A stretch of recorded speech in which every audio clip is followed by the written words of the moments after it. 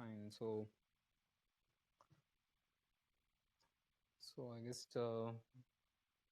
few more students will join. So in the meantime, so what we're looking at yesterday, so we discussed with terrorism the important measures. So I guess like in terrorism, I guess like I made emphasis on the social measures. All right. So we have seen like why TADA was repealed, why POTA was repealed, and those stringent provisions is still part of UAPA.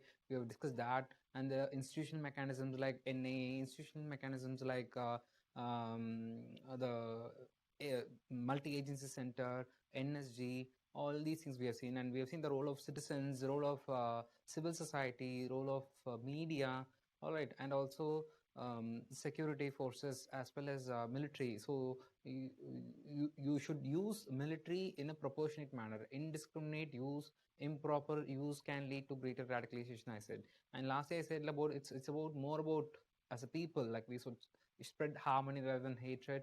And lastly, mentioned about this administrative as well as political as well as democratic process, people to people contact, confidence building measures, periodic dialogues. All right, so developmental friend, Udan projects, fine. So those things we have seen.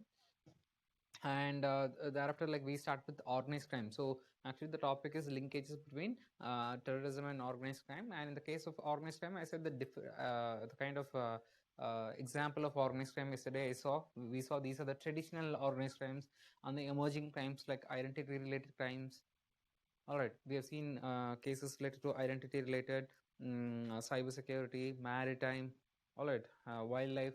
These are some of the emerging crimes which is given by UNODC, United Nations Office on Drugs and Crime. So UNODC is a very important office you have to follow. If it appears in the newspapers, you have to follow. You see, these days UPSC asks questions from the FAQs. Like, see, every organization you come across, go to its official website and read about the about us page. So that is about UPSC, be it the domestic organizations. I said about TriFed, no? I said about TriFed, I said about Campa and all. So TriFed, go to the TriFed website and then find out the FAQs or the introduction about us. What exactly is the organization? What exactly is the objective? UPSC last few years, I mean, especially last 3 years, they're asking more questions from the FAQs, and exactly the verbatim it is there. All right, so please go through those things. Um, Okay, good evening, Chandramohan. Good evening. Fine. So this is what. So you have to focus on the objectives of the specific organizations, and yesterday, so we've seen the definition of that also examples, and today what we're going to see, actually, previously, like, so I used to take classes on. Okay, so good evening, Paul.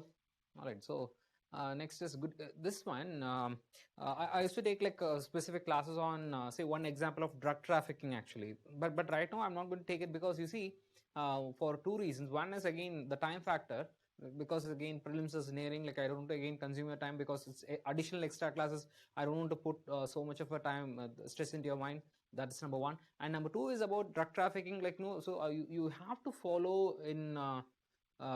You have to follow from the newspapers. All right, so one more person online today, Prashant. So good evening, Prashant. All right. So that's what, like what you're supposed to do. Now you have to study, like, so how drug trafficking you have to prepare. So drug trafficking, human trafficking, so mostly they won't ask specifically what are the problems and causes, consequences and all. But drug trafficking, which is you have studied in your schools also, so the causes, general consequences, how, what is the impact, like money laundering, what are the causes of drug trafficking, and what are the consequences of it, and the kind of pattern, like you see in the west you have golden crescent, golden triangle. And with respect to solutions, like no, I'll tell you how you have to prepare the solutions. Unlike other set of problems, take the case of drug trafficking. In the case of drug trafficking, you have this, especially in most of the organized crime including drug trafficking, you have these components. One is the demand concept and the supply concept. All right, so in the organized crime, either you cut, reduce, or reduce the demand, or else on the other side you cut down the supply. All right, so it is in fact like this is what the balance. If you destroy the balance, or if you kind of remove that, everything is done. Basically what I'm speaking is, either you control the supply or you reduce the demand. In either way you can bring down it. Fine, so this is the way you have to prepare actually. So be it in the human trafficking, drug trafficking, any of these organized crimes, that is the demand factor, that is the supply factor. So try to break that balance actually. So you can speak about constitutional measures, again legal measures. You have NDPS Act. This is what fine. What I'll do maybe, so I'll just make a kind of a model way of preparation for drug trafficking, and then I'll give it to you. See, I have the map and everything. So since because of lack of time, like I'm not taking it. All right. So maybe possibly for every batches, if it is possible, I'll take one for drug trafficking and other current affairs. I said like for cyber security, I'll be taking from prelims perspective maybe after 1 month. But for organized crime, drug trafficking example, I'll have a discussion with the academy, and then I'll just tell in 1 or 2 weeks like how we're going to proceed. All right. Apart from that, they're not going to ask directly. The way of approach only I'm going to say that. Fine. So this is about it. So organized crime we have seen. Now what we're going to see. The thing is that like, so terrorism is sometimes considered to be organized crime. Terrorism is considered to be sometimes organized crime. So now there is a need to differentiate actually whether it is exclusively. See, some people say terrorism is an organized crime. Some people say they are not actually.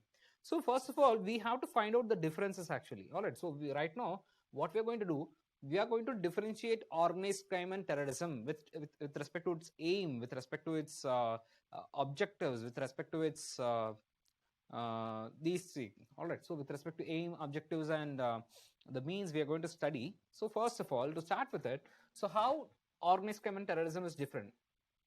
The first factor is aim actually. So what exactly is the aim of organized crime? Their aim is basically to run a parallel government.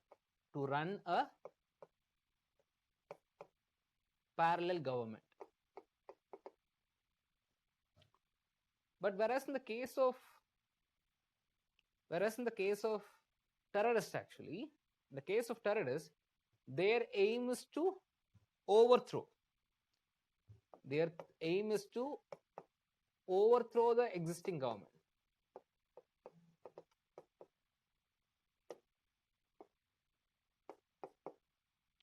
So in the case of terrorists, their objective is what? So the aim is to overthrow the existing government and to take control of the state actually. Whereas in the case of organized crime, they don't want to overthrow. They're kind of happy with the existing government. Basically what they coexist. They're meaning what they coexist means they kind of run a parallel government. That is their objective. I'll give an example with respect to say with the objective. So this is the aim. The aim is not to overthrow or dethrone the government, but to run a parallel government. But this definition, I said this definition, in the Indian definition of organized crime, we have included insurgency also. In the Indian definition, we have included insurgency. But generally speaking, this is the first difference. Second difference is its objective.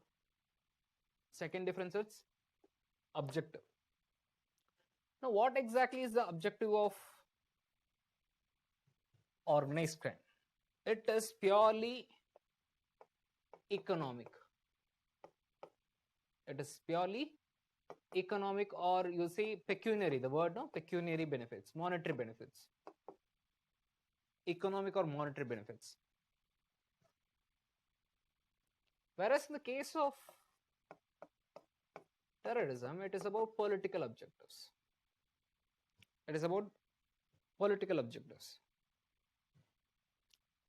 So, what the organized crime people think, with the help of money, when they have money, with the help of money, they can run a parallel government. Take the case of Dawood. Dawood Ibrahim, he never wanted to become a CM. He never wanted to become a prime minister. But the thing is that with the money he has it, what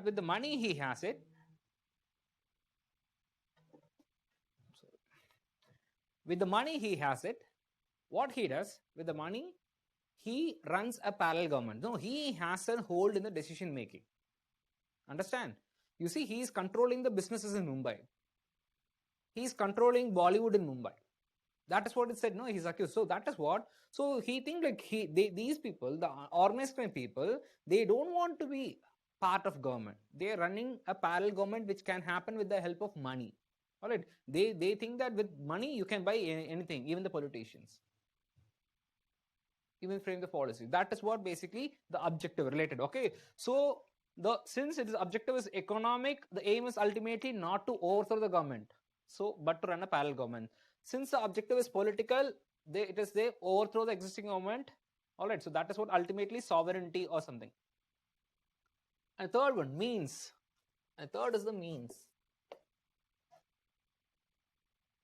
What are the means? How they used to involve in it?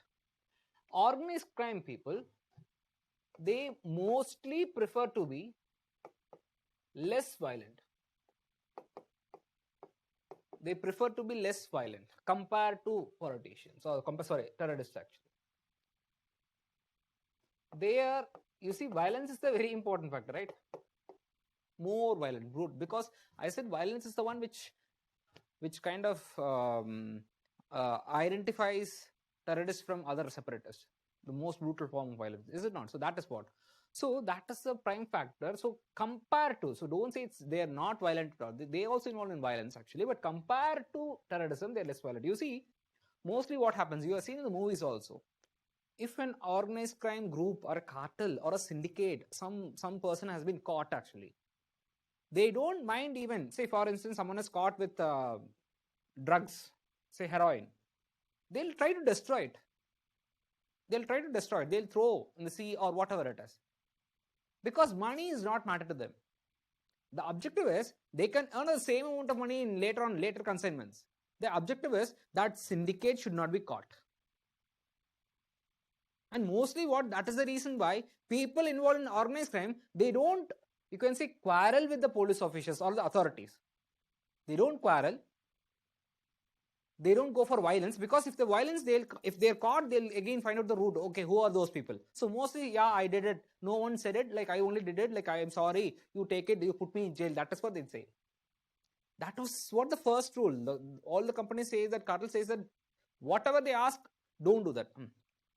Ultimately, you know that like they have this cyanide and all. If something goes out of their hands, like you should be ready for dying also, because the syndicate, the cartel, the syndicate is very important. That is what. So this is what differentiates. Whereas in the case of terrorism, the thing is that suicide terrorism, on the other hand, like not about like whatever it is. No, if there is a police battalion or battalion coming, let them come. After it, you blow yourself.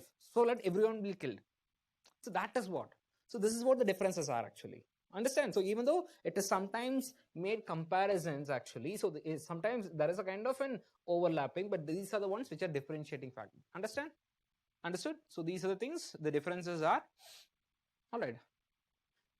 Okay, do the scams of the government or the ruling political parties which comes under organized crime? See, that is what, like, no, it's not scams as such, but how does the money goes actually? So that we call it as money laundering. Money laundering is kind of a crime, because I said any crime which kinds of you're taking it from inside or outside the country. You're taking, see, you know where, if you take the money out of India, you know where it is a safe haven, right? So that is also kind of, you can say, an organized crime only, because you know the people how to channelize taking the money out of India and sending it to Swiss banks. That is also kind of organized crime only. But since it is done by politicians, no, it's never like, you're never able to find it out. No, as far as you see politicians, no matter whichever the party, see, India is a democracy. I guess if you studied the NCRT, there is a fantastic word they say, like, in a democracy, the ruling party always has a fair chance of losing. That is what you see. If you're from Tamil Nadu, you say maybe Tamil Nadu, Kerala, you see 5 years DMK, 5 years ADMK. All right. 5 years left, 5 years Congress, 5 years BJP, 5 years Congress. So this is what, like, 5 to 10 years maybe. So this is what, like, people giving an option, like, you loot 10 years, after which they let them loot actually. So this is what a democracy. Democracy is what, like, you can say the safest form of, you can say, better than democracy, better than dictatorship. That is also, it has its own negatives. But the thing is that they have a fair chance. So politicians are politicians. So you can add that also. Why at times terrorism is also considered organized crime? So that is what, like, even then, like, so that network means basically, because of the network, it is there. Because of the syndicate, it is working there. You have all around the connection as such, and that is the reason why. All right. So since there is no such clarity, people, you see these words, like I even mentioned about the mentions about communism, Marxism, and similarly here is also, there is no precise definition. It's all scholarly articles. All right, we'll keep it minimal for UPSC. I said, like, if you don't keep it minimal, if you keep on researching, you'll end up in JNU, I said. All right, so better we'll keep it minimal. Let us not go in depth as such. All right, so we'll keep it minimal. That will be good for you also. That will be good for, I mean, like the institute also. I mean, like, because this is not a kind of discussion we don't want to proceed. Okay, Helen, fine. That's what. All right, the next one is, so what exactly is the linkage then? All right, so if this is the differences actually, so how exactly these things are linked actually? Now, as far as the linkages are concerned, you see, first of all, the organized crime people, if for instance they are kind of trafficking drugs, they are trafficking drugs. Now, for which they need clients and they need couriers or carriers or couriers. All right. And organized crime people, say for instance they are involving in drug trafficking, they need clients or couriers, for which they need what? It is done by the terrorist people.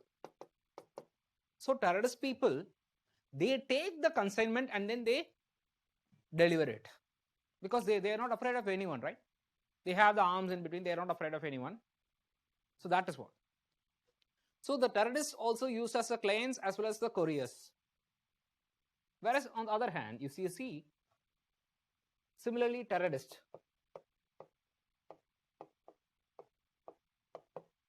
Similarly the terrorist. So what terrorists actually, in the case of terrorists, they need money, they need arms, they need money and they need arms. Now for which what? They depend on these people, organized crime people.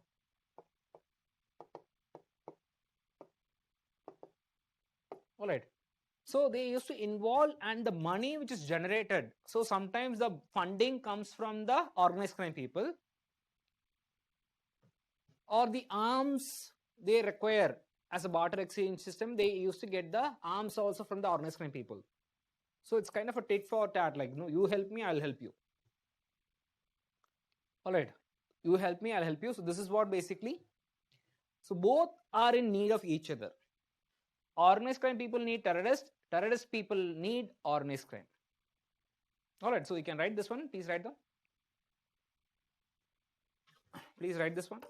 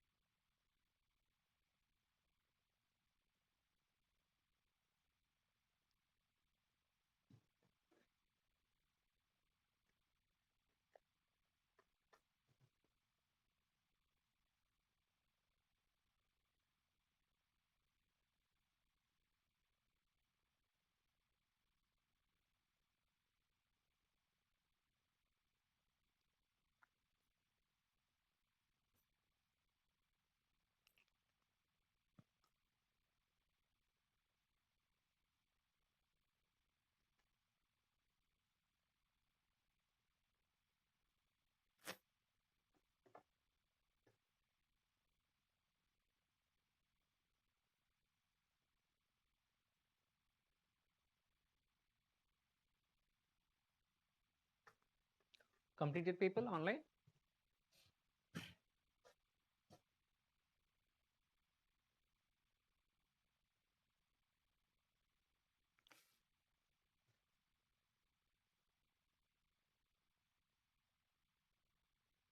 Okay, no problem. You can take it.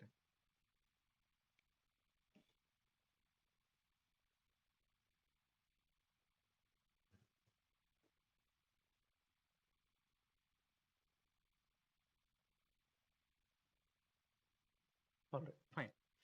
Now, so this is what basically you need to know, that like apart from that, like other things are fine, like it's enough.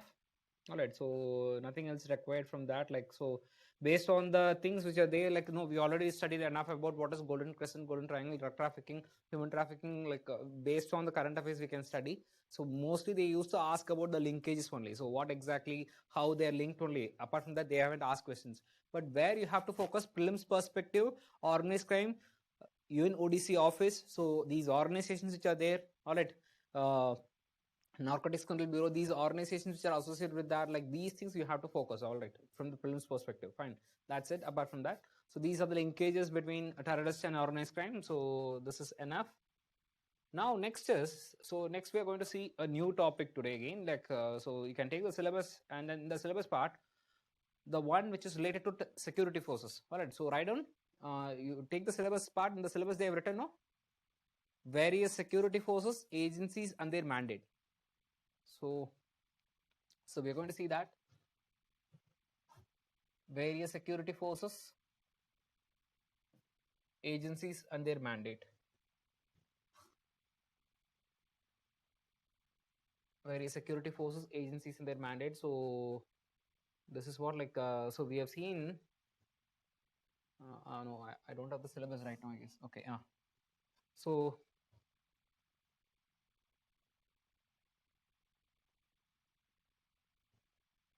we're going to see the various security forces, agencies, and their mandate.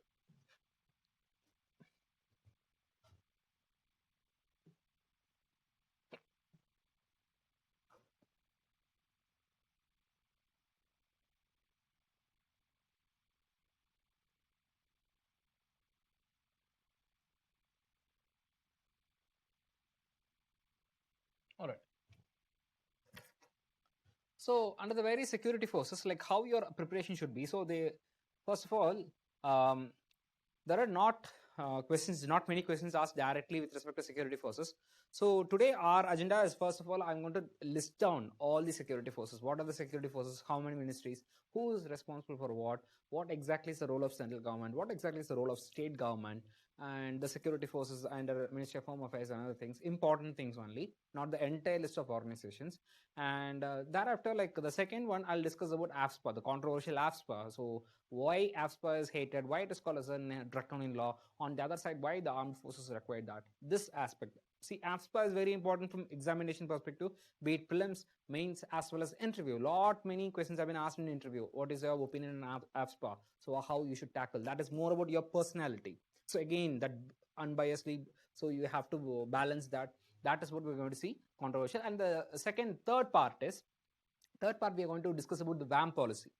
So last year they asked about VAM policy indirectly. So how to, like, first of all, like how to improvise the synergy between the people and the armed forces. So how to bring down the friction which is existing between them. All right. So these things are the one which are examples. So these three components. So we'll start with the first component today. First of all, so what are the security forces? All right. So now the question is, like, I guess like most of you have a kind of maybe some of you have passion about your services, uniform services they call.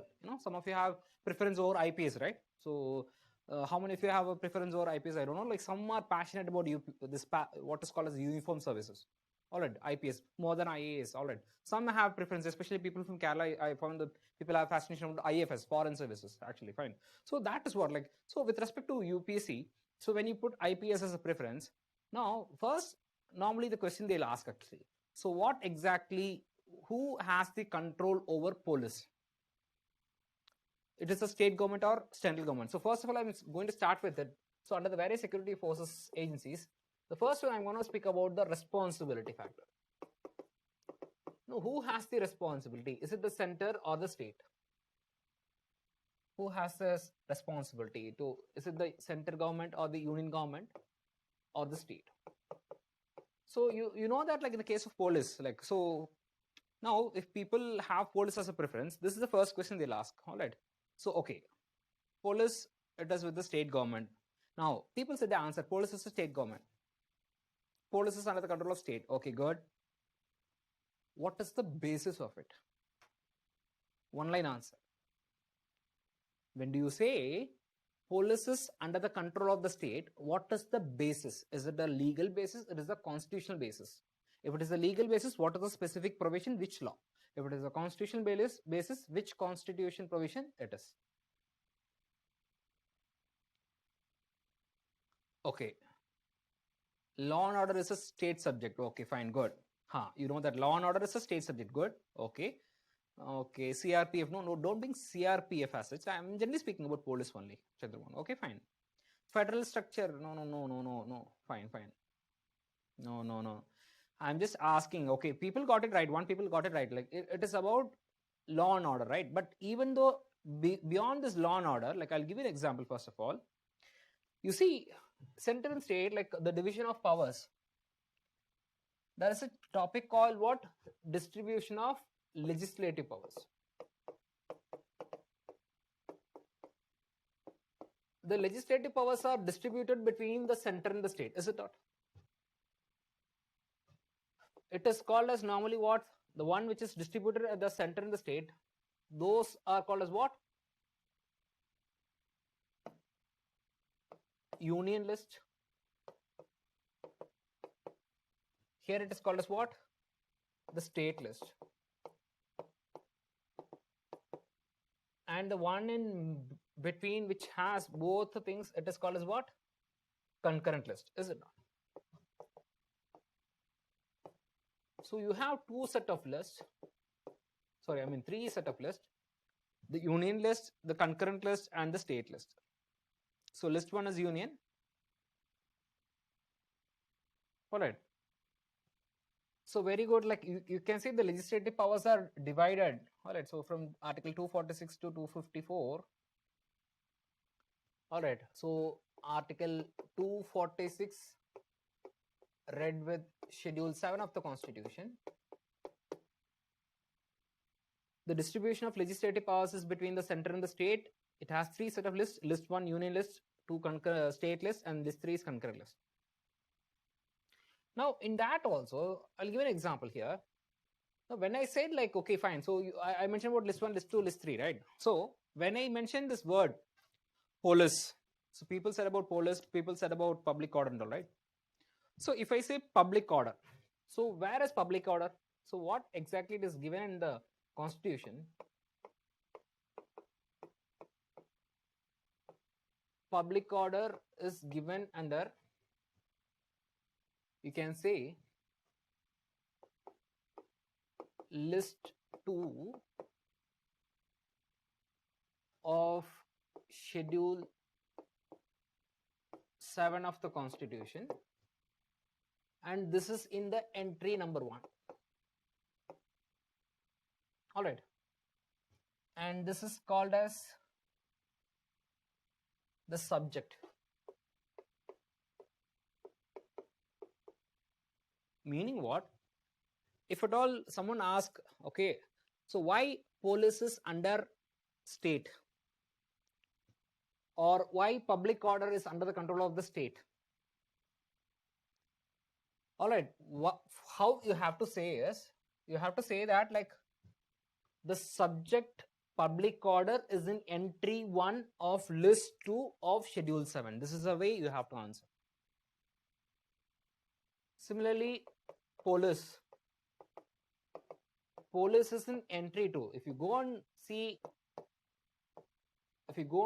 the Schedule 7 as listed in the Constitution, this is how you find it. Entry 1, entry 2, this. So this is called as what? Subject. So if someone says why police is under the control of the state, because it is in the subject, police is under the entry 2 of list 2 of Schedule 7. Understand? This is what primarily you need to know that. So now coming back to the responsibility. So who has the primary responsibility? So when that is what? So the primary responsibility of maintaining law and order. So the primary responsibility is with whom? The primary responsibility is with the state government. Yes, very true. But state cannot take, like there are some things. So there are some crimes. There are some crimes which is, you can say, which is across the states across the international borders. Is it not? Like in the case of, say, best example is Naxalism, which is spread across, say, more than 10 states. Across the borders, money laundering, terrorism.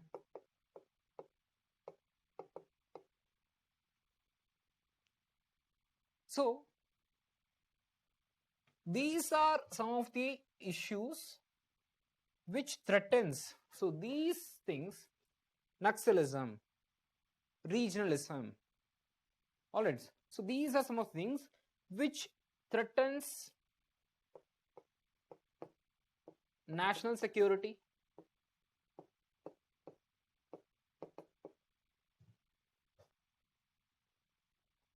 and also the social fabric of the country,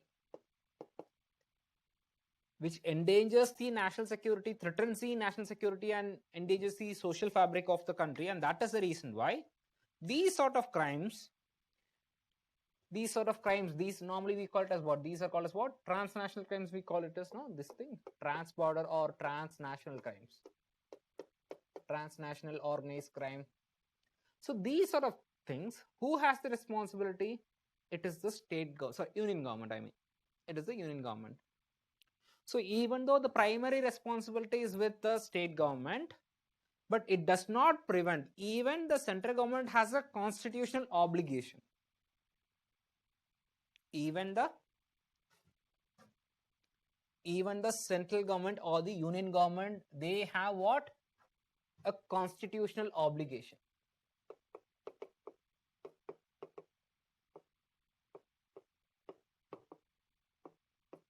They have a constitutional obligation towards maintaining it. So you can refer Article 255, Article 352, emergency, Article 355, 356. There are so many provisions, 255, 256 also.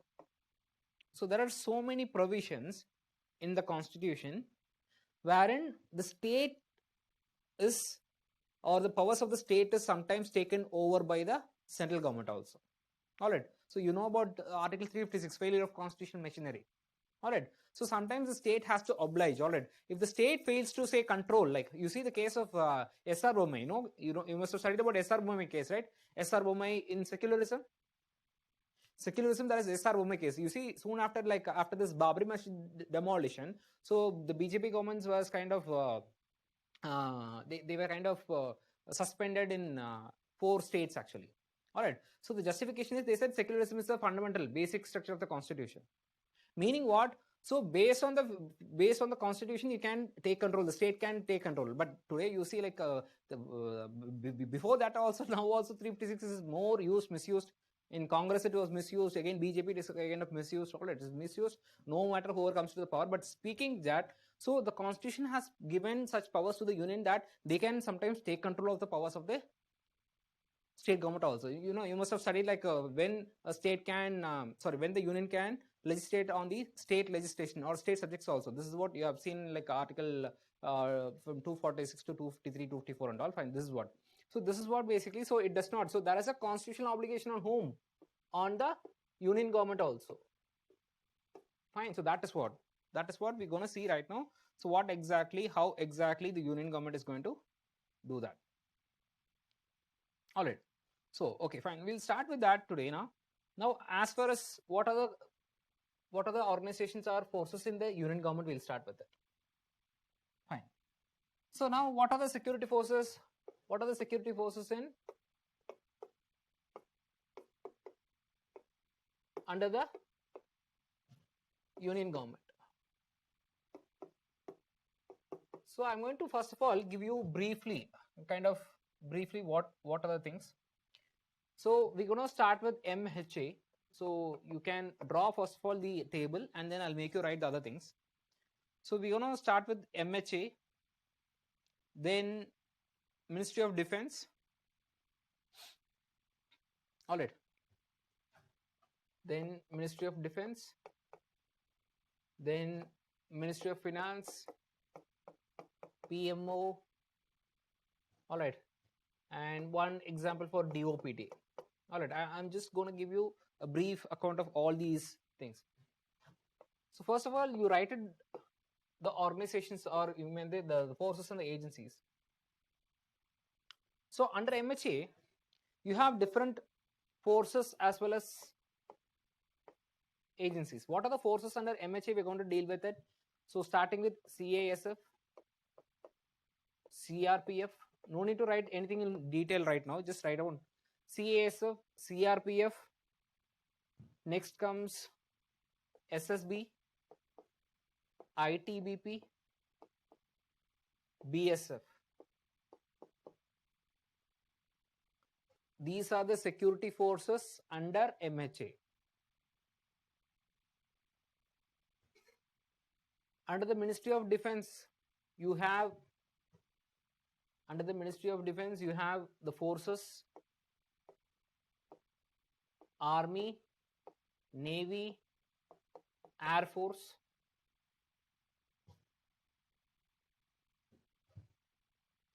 So along with Army, you have something called RR. RR stands for Rashtriya Rifles. I'll discuss about that.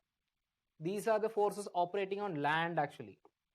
These are the forces operating on land. Army, Rashtriya Rifles plus TEA. TEA stands for Territorial Army. I'll discuss about that. Don't worry about it. Just mention.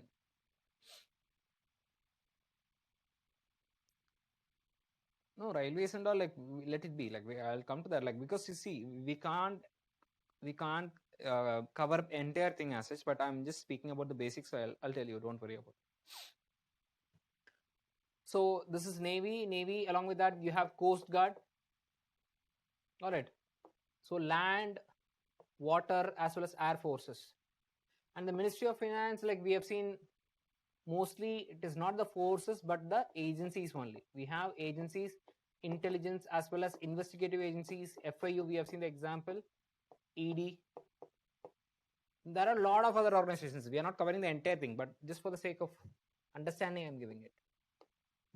Under PMO or Cabinet Secretariat. Under PMO or Cabinet Secretariat, you have mostly agencies. Agencies like RAW,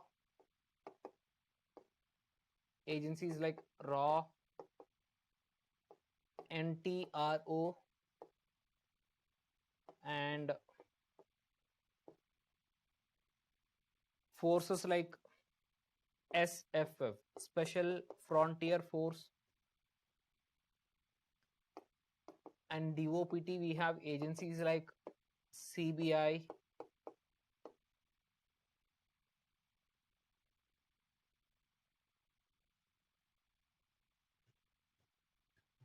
and here you have agencies. So a lot many agencies under MHA: IB, NCB, NCRB. What does NCB stands for? Narcotics Control Bureau. NCRB, National Crime Records Bureau. NIA, NADGRED,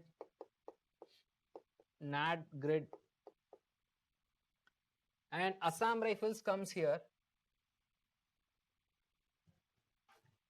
Assam Rifles comes here.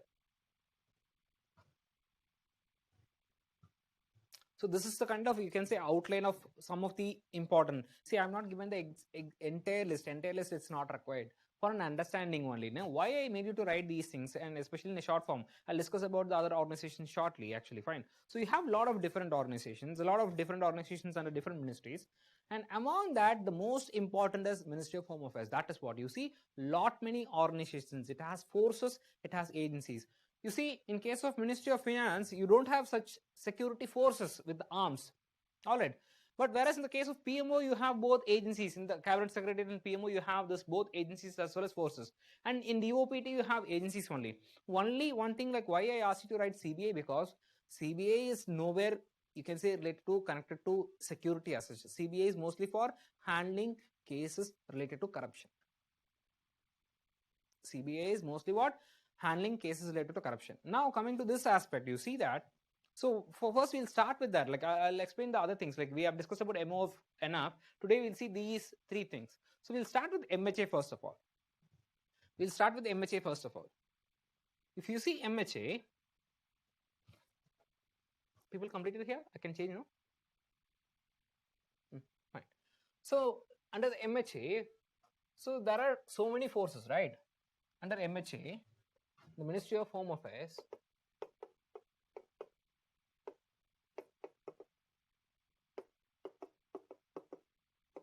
you have lot many forces, right? Now what? I'll give an example.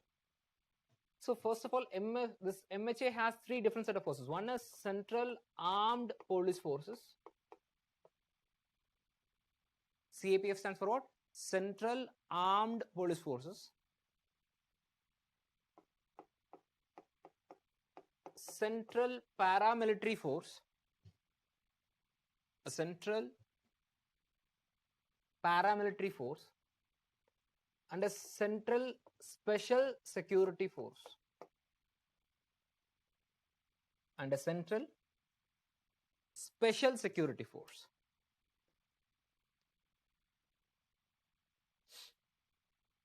And a Central Special Security Force. So the examples of CAPF, I said CAPF examples are CISF, CRPF, BSF, SSB, and ITBP. And in the case of Central Paramilitary Forces, it is only Assam Rifles. And in the case of CSSF, it is the National Security Guards.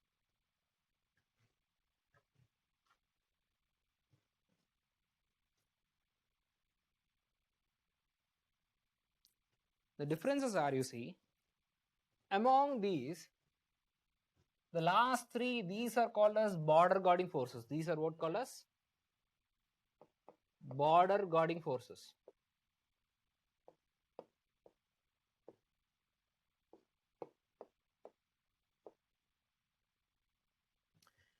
Because we have studied one thing called as what? One belt, one force concept. We have already studied what? One border, one force. One border, one force concept. So, what happened after the 1999 Kargil war? We thought that we need to have a dedicated force for each of these borders. After the Kargil war, there was a dire need to have each specific force for each of the borders, and that is the reason why after 1999 there was a committee which was appointed, which is called as what? Kargil War Review Committee. This Kargil War Review Committee, what they did, they proposed this one border, one force concept, by which what they did actually, they made, okay, you know the example side, BSF is guarding Indo-Pak and Indo-Pak international border as well as Indo-Bangladesh border. We have seen this thing in the border management. SSB, what is SSB? SSB means Sashastra Seema Bal. Sashastra Seema Bal. This is what? Nepal and Bhutan. This is Nepal and Bhutan. This is ITBP across LAC, Indo-China border. LAC and McMahon line. Alright, we'll see about CASF and CRPF. And now people think like, okay, Assam Rifles is also guarding the borders, right? Assam Rifles guards the borders in Indo-Myanmar border. Assam Rifles guards the border in Indo-Myanmar. Now what exactly, why it is not a strictly a border guarding force? Why it is called as a paramilitary right now? So we're going to discuss about what is paramilitary and you see what is armed police forces. Central Armed Police Forces. Central Armed Police Forces.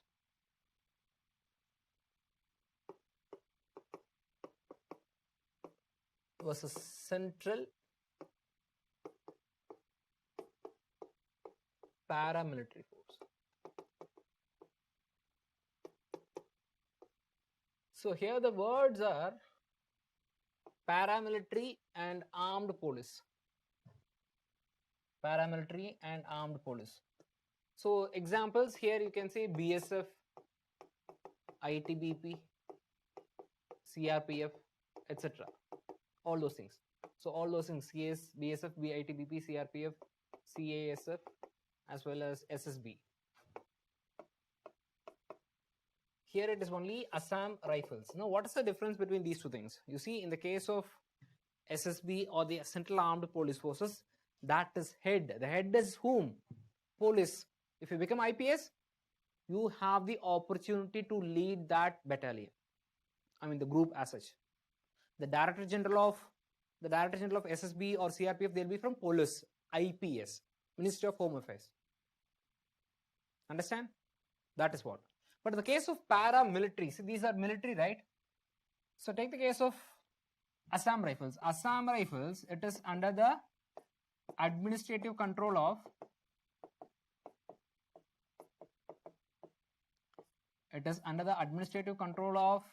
MHE.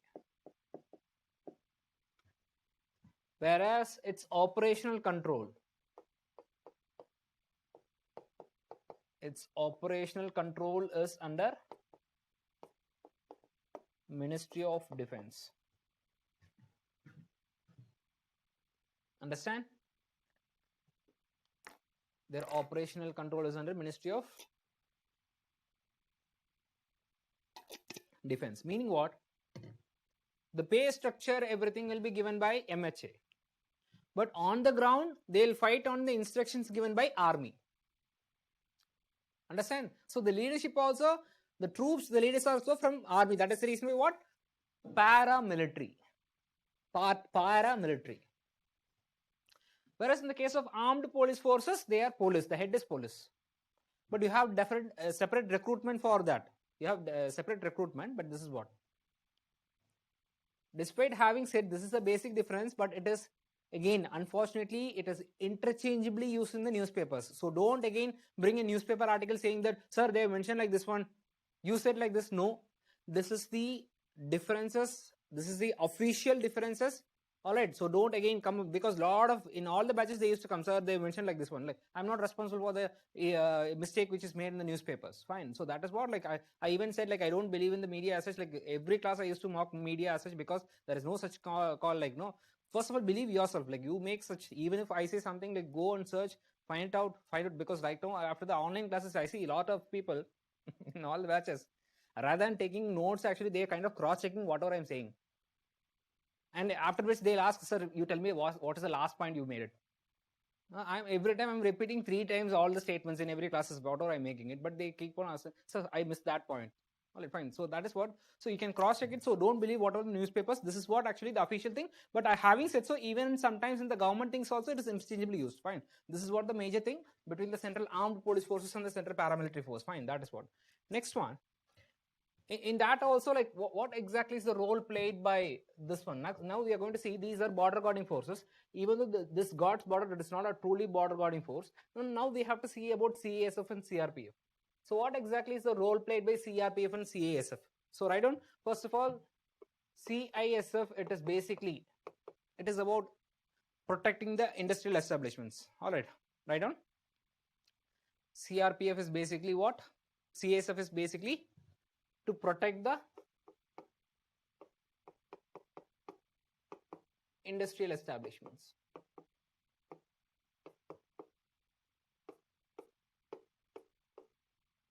And it means not just only PSUs,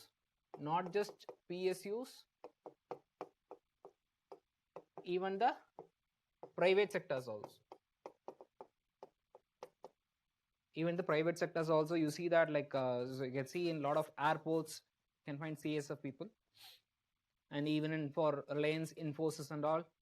It's not that for every private organization, if you give money, they'll do that, but those of national importance. All right, so those organizations which of national importance, which provides a lot of jobs and other things, fine.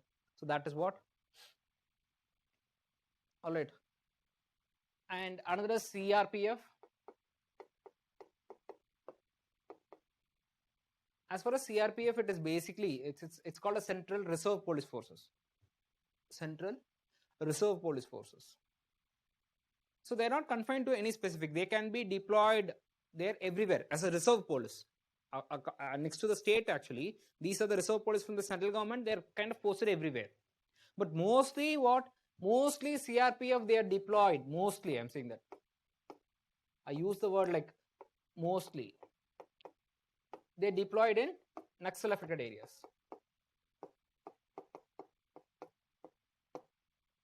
But you see that CRPF has two specialized wings. CRPF has what? Two specialized wings.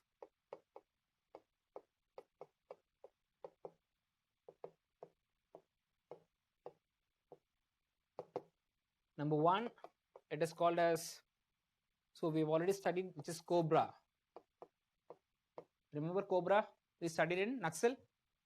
Naxalism we studied, no? Commando Battalion for Resolute Action.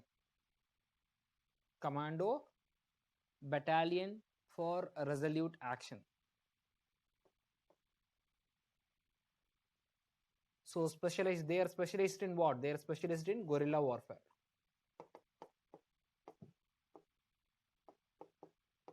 They are specialized in guerrilla warfare. And one more thing is called as RAF. Mostly it is the one like which is there in the states. RAF stands for Rapid Action Force. Rapid Action Force. Basically, they are to control riots, the communal riots, etc.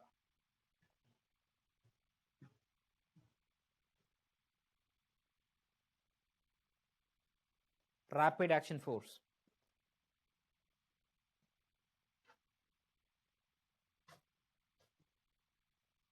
Fine. This is what you don't have like. So even though they're kind of having specialized wings, they're kind of CSF, CRPF, like they're not strictly confined to one thing. I'll give an example. Pulwama attack, who was kind of injured? CRPF. Pulwama attack, CRPF. So CRPF goes to there. It's not that like when I say ITBP mostly across Indo-China border, but you have a battalion in Tamil Nadu also. So what does it mean that like they need not strictly confine to that specific border or that specific job? They can be posted anywhere. They can be deployed anywhere. That is what the meaning is, underlying meaning is. All right. So don't strictly consider they are kind of deployed only there, but primarily. All right. This is what. All right. CSSF, I'll come to that, people. All right. Next, in the case of CSSF means, so next is the case of CSSF. So this I said, no, CSSF means what? National Security Guards. Yesterday we mentioned about National Security Guards. What is their role? They're called as Black Cats. All right. These commandos, what they used to do, they are kind of focused on two things. One is about bomb disposal or bomb defusals. And most important is they are the counter-terror specialist. They are specialists in what? Counter-terrorism. I said like Mumbai attack, they are the one. Anywhere there is a Mumbai, anywhere there is a kind of a terrorist attack, so they'll be taken there and they'll be put there and they'll be the one who will be leading it actually. See, basic differences are, keep in mind, so this is about Ministry of Home Affairs, right? But I want to give the differences actually. So in the case of MHA and versus MOD. So MHA is basically about what? Sorry.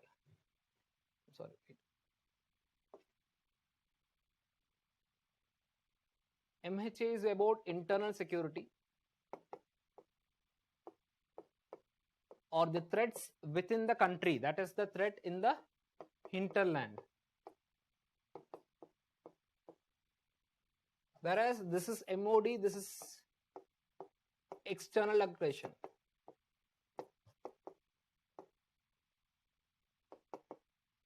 That is in the border areas. Those again disputed, mostly across the disputed border areas.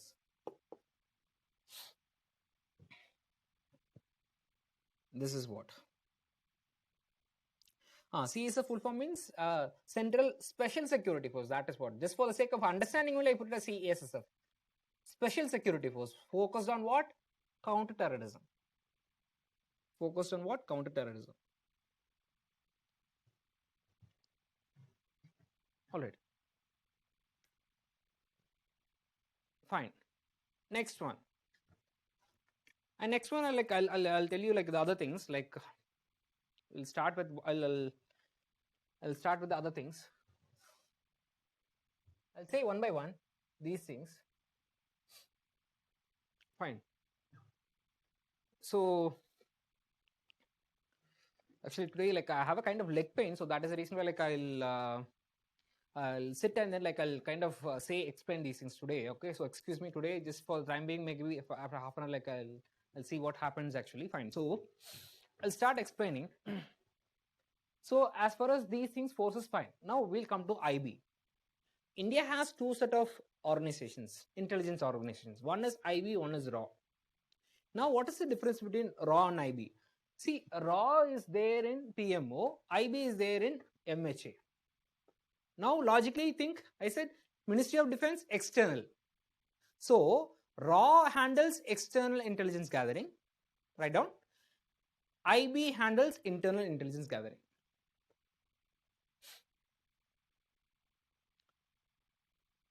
RAW handles external intelligence gathering, research analysis wing, whereas IB handles internal intelligence.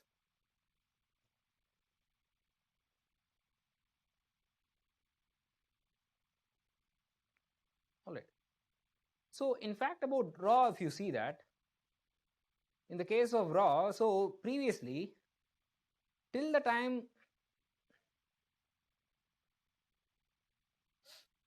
all right. So till the time 1967, so I said no, we had intelligence failure in the case of Indochina. All right. So what happens till 1967? It was IB which was handling in both the things. Intelligence Bureau till 1967 was handling both domestic as well as external. Only after the China war failure, like 1967, the clashes and all happened. So that is where we thought there is a dedicated, where there is a need to form a dedicated external gathering, intelligence gathering. That is the reason why. So RAW was formed in 1968. RAW was formed in 1968. So before that, both internal as well as domestic as well as external was handled by IB.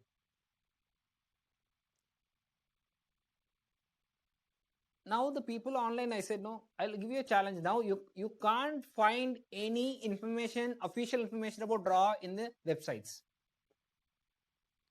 You don't even find any information about RAW.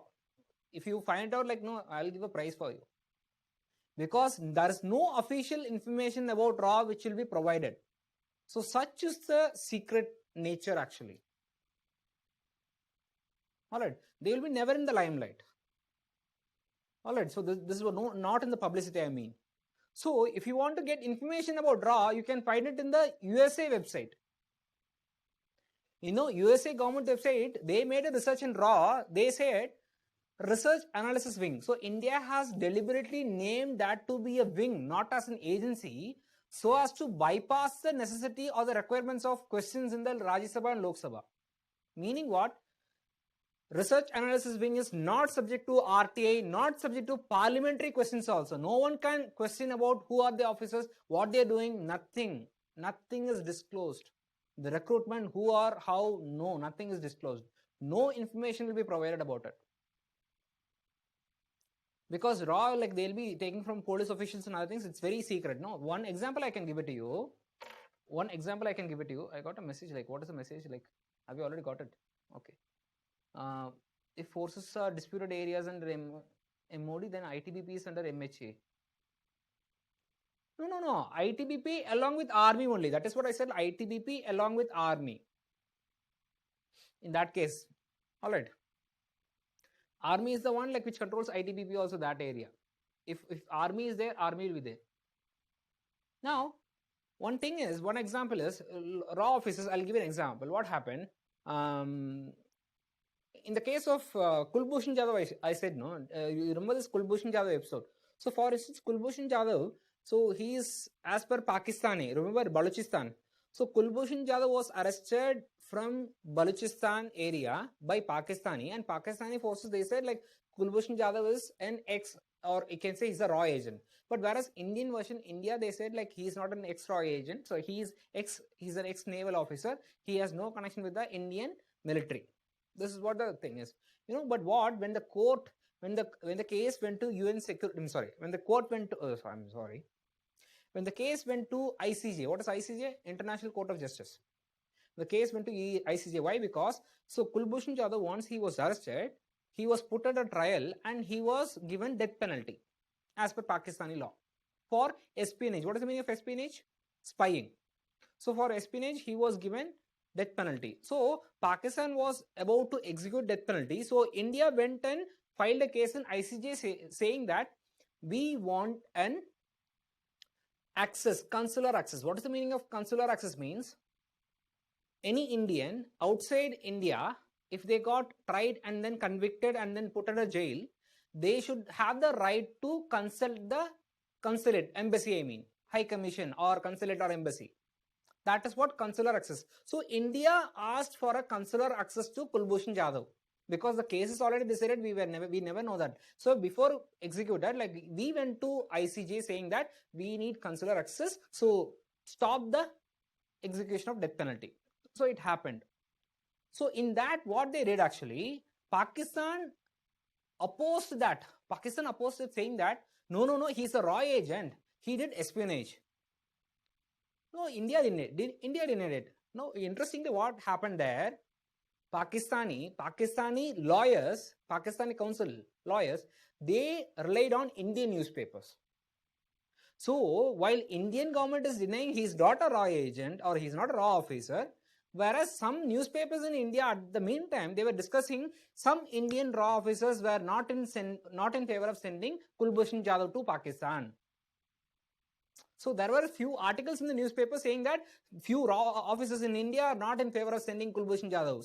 So this articles, they took it. So you see, we are not saying it is the Indian media which says that he is a raw agent. This is one such incident I said can be media, one is. And other is also, you can take the case of this person who is at who is that person, like who was caught in Pakistan, no? I forgot. Today my mind is not working properly. No, you can type it like, who is that person, like with that mustache from Chennai? Abhinandan. Yeah, Abhinandan. Abhinandan Vadaman, I got it. Okay, fine. So, okay, fine. Abhinandan. So what he said actually, when he was caught, Abhinandan, he said like, I can't tell anything except my name, my wing, and my religion. Where I'm working, my religion, and these three things. Apart from these three things, I won't utter anything. Pakistan said, okay, let you be. We have Indian media. The very next day, Indian media gathered every information about Abhinandan. They said like, no, he's from which street, which house, who are the kids, where they are studying. Everything they said it. That is what we call as insensitive. Okay, fine. These are things that I am supposed to speak in the role of media as such. Fine. So basically what? These are the differences between the RAW and as such, you can see IB actually. So after 1968, like RAW became a kind of a separate thing. Separated from IB as such. So this is what happened. So by 1960s, you see, BSF started coming, ITBP started coming, all these organizations and security forces started coming. This is what. And now, what about NTRO? NTRO is basically National Technical Research Organization, which is often in the news. I guess that will be covered in current affairs. All right. Now, SFF means Special Frontier Force. This Special Frontier Forces basically executes the plan what RAW prepares. Special Frontier Force. SFF stands for, first of all, Special Frontier Force. The Special Frontier Force, they execute the plan which are kind of formulated by RAW. Mostly they deployed in Jammu and Kashmir.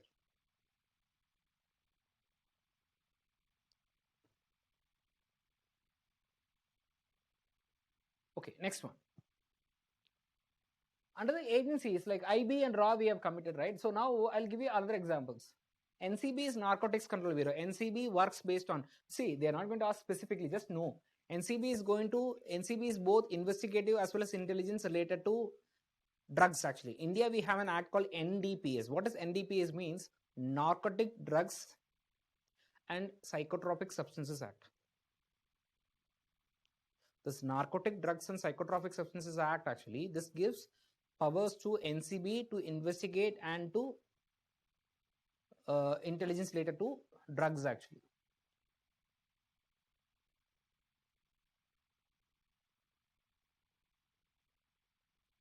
Now, I'll ask a question to you people, like whether growing of opium, is it legal or illegal in India? Growing of opium, is it legal or illegal in India? Growing of opium. Okay, legal, illegal, poppy. Okay, that's what. Like the thing is that it's not about legal or illegal, except for three things, except for three states. In three states, specific parts, specific districts, you can grow. All right. So parts of Rajasthan, it's in Madhya Pradesh, Uttar Pradesh, and all three states, I guess. If I'm not wrong, you can check it. One is Rajasthan, I remember, Uttar Pradesh, and somewhere some states in Manipur also. Fine. So that is what. So only in few states, in few areas, it is allowed. Why? For medicinal purposes. It is for medicinal purposes and research purposes. It's allowed. So meaning what? If at all those, if at all someone has involved, but you know these days like opium, marijuana or ganja, they used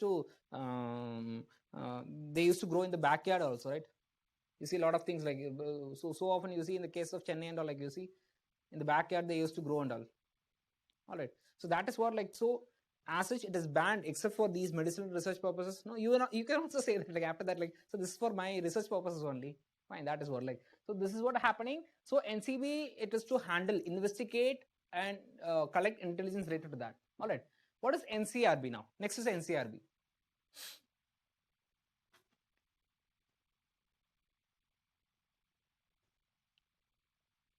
Yeah, good. That is what, like, Mexico's lower house legalized marijuana. Fine, but the thing is that, like, even if we legalize also, like, no, that is altogether a different debate, people, like legalizing drugs, legalizing prostitution. All right, so these are some separate issues we have to discuss separately, but I don't think so, like, India as a society, like, we can able to take that. All right, fine, that is what.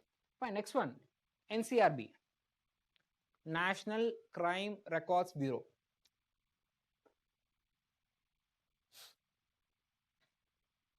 National Crime Records Bureau. Now, what NCRB does? NCRB every year, they used to submit a report called Crime in India report. Every year, they used to submit a report called Crime in India report. Crime in India 2016, Crime in India 2017, 18, every year they used to. They used to collect all the statistics. Today we have something called CCTNS, Crime and Criminal Tracking Network System. Right on? Today we have a concept called CCTNS, Crime and Criminal Tracking Network System. Crime and Criminal Tracking Network System.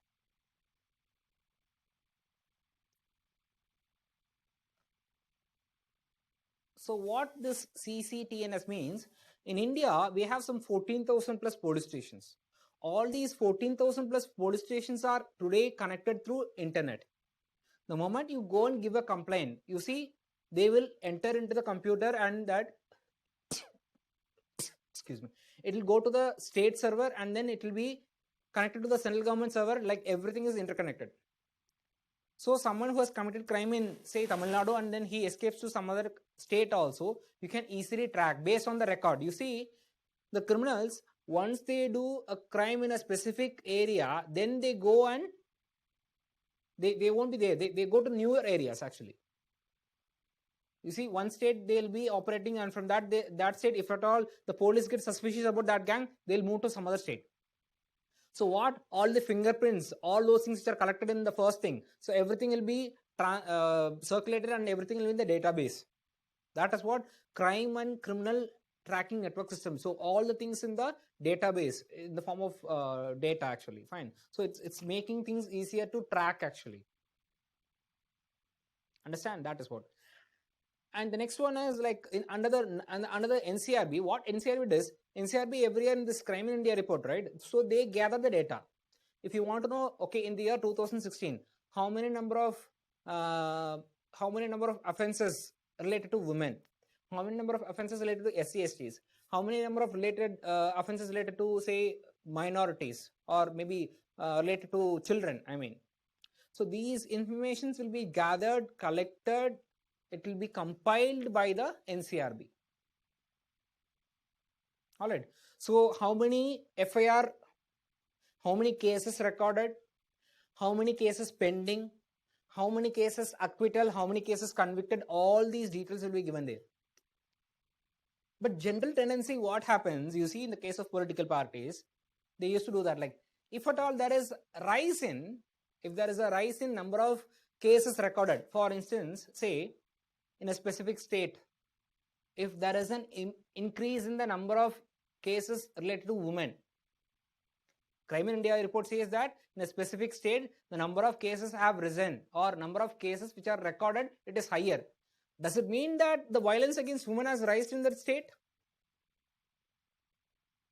If the number of cases FIR recorded is higher compared to 2015, it is higher in 2016, does it mean that the violence against women has increased? One factor it can be, because other things can be what? So now more women are coming forward and giving complaints. That can be also inferred. So previously they were, maybe because of the society, they feel like, okay, fine, they feel that, okay, fine, maybe going into the police station itself wrong. It's kind of a matter of honor. So maybe right now, after these digital things, like you can kind of file a complaint through online also, right? You need not go to police station as such. So these may be some of the reasons why there is a increase in the number of cases also. Fine. So you have to infer. So don't blindly take that report. So you have to infer like why exactly these things incurred. And what about the acquittal rate? What about the conviction rate? Why they are less acquittal? Is it because of lack of evidence or because of false cases?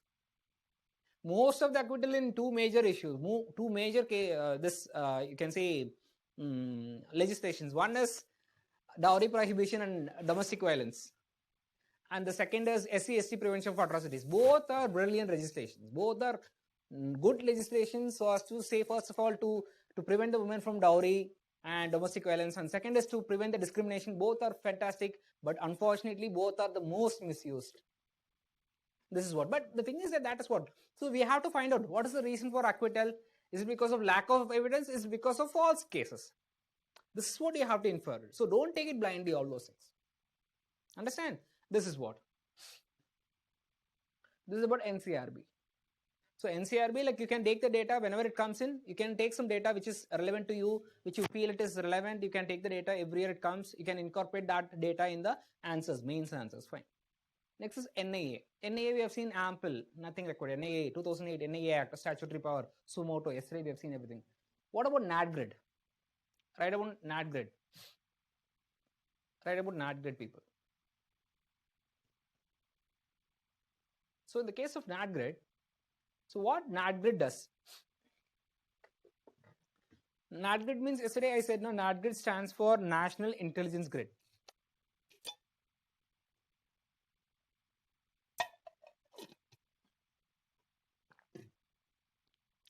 NADGRID stands for National Intelligence Grid.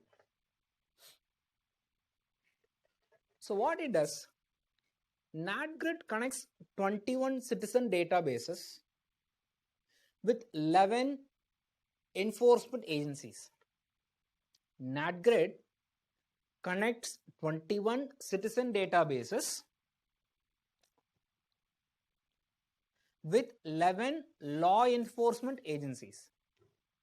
21 citizen databases with 11 law enforcement agencies. So what it does, see, for instance, I'm using a mobile, I'm using a SIM card, I'm traveling by car, I'm traveling by flight or train, I'm paying taxes. All right. So all those data, my GST, my IT, and whatever things I'm filing to the government, the traveling, toll, everything. So everything, my license, my Aadhaar. So these citizens databases, the information which is provided by these things, it will be accessible, or it can be accessible by the 11 agencies. What are those 11 agencies? CBI, NIA, understand? All those intelligence agencies, right? IB, RAW, military agencies, intelligence. So these agencies, they are able to access. So the 11 law enforcement agencies, they are able to access the citizens databases of the 21 such things like SIM card, travel, etc. Now, why it is so much necessary? So basically, people have to understand like why it is necessary, because you see, if you remember, there is one person called David Headley. David Headley is the one mastermind behind Mumbai attack. All right, you see, India is one state. I said like even the border management, I guess I have said this statement. If you enter into India, it is very difficult to catch any terrorist or any person, because you see in India, you can get Aadhaar not for, you can get an Aadhaar for a monkey, you can get Aadhaar for Hanuman, you can get Aadhaar for chair also. That is what, like, if you give money, they can do anything. So that is what, like, no, this person David Ridley, what he did actually, he was impersonating different personalities, and he was using multiple, you can say, identity cards, multiple bank accounts, multiple everything. So one time he used to go out of country with a different identity. Other time he used to come to India with different things. So that is what he was going frequently and coming with different identities. So it was very difficult actually. So that is the reason why you see post Mumbai attack only this NAT grid. So NAT grid is basically what? National Grid for Intelligence. You have to keep one thing in mind. This is not storing data. NAT grid doesn't store data. NAT grid is an enabling platform. It is an enabling platform to access the information only. NAT grid doesn't store data. So NAT grid is a kind of platform. So CBI can access the information of IT. IB can access the information from, say, IRCTC. This is what. Understand? This is what about NAT grid. But today, like, it is criticized for its underperformance, or you can say inefficiency. All right. Today it is criticized for its underperformingness as well as inefficiency, because there is no dedicated kind of you can say director. A lot of money is spent, but it is not efficiently spent. Fine. So this is what about an ad grid is. And one more thing we have to, okay, now we'll come to Ministry of Defense, people. Ministry of Defense. Ministry of Defense, two things only you have to keep in mind. These are land forces: Army, Rashtriya Rifles, Territorial Army, Navy, Coast Guard. These are water. This is for Air Force. Lot many things are there. You have apart from these forces, you have intelligence agencies also. Under military, you have military intelligence. I mean, Army intelligence, Navy intelligence, everything you have. Directorate of Navy intelligence, Directorate of Army intelligence and all. But what is Rashtriya Rifles? Basically, Rashtriya Rifles, they are deployed in Kashmir. That is it. Rashtriya Rifles, they are primarily deployed in Kashmir. One thing which you have to know is what is Territorial Army. What is Territorial Army, people? Territorial Army means these are called as second line of defense. Territorial Army is called as what? Second line of defense.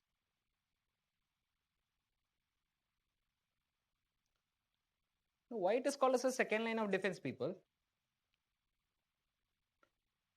People say from 18 years to 40 years, if they are employed somewhere, they have an opportunity to serve in the army. Meaning what?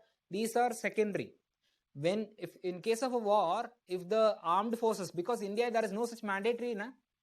India, we don't have a mandatory, you can say, joining of armed forces, right? So that is the reason why what happens. So we are giving an opportunity for those people. So from 18 to 40 years, like if they are working somewhere else, we'll be giving training, and whenever it is required, you can come and fight. So they are not a full-time army people. They won't be given salary. We are picking them, we are giving them training. That is second line of defense. All right. So in case of a war, like you'll get any information. If you are willing to fight for the country, you can come and join. That is what this is called as territorial army. Fine. These are some of the things. And apart from that, like whatever you have to follow, see, follow the recent um, current affairs in prelims perspective. Recent current affairs from the uh, commissions and you can say ID. Sorry, CDS, the Chief of Defense Staff, as well as the Integrated Battle Group. All right, Integrated Theater Command. These are some of the recent current affairs which you have to keep in mind. I guess that will be covered. All right. So fine, we'll have a break for 5 minutes, after which we'll start with AFSPA. All right. So this is the basic of all the organizations. All right. So this is how you have to prepare. Just know the basics actually. So I've given the basics alone. This is fine. This will be enough. So if it is appears in the newspaper, the last year current affairs is about the merging of ITBP with Assam Rifles. Assam Rifles was planned and to merge with ITBP. Like who opposed it? Because it was opposed by people. Why? Because the moment it is merged, the Ministry of Defense, they say it will lose their control.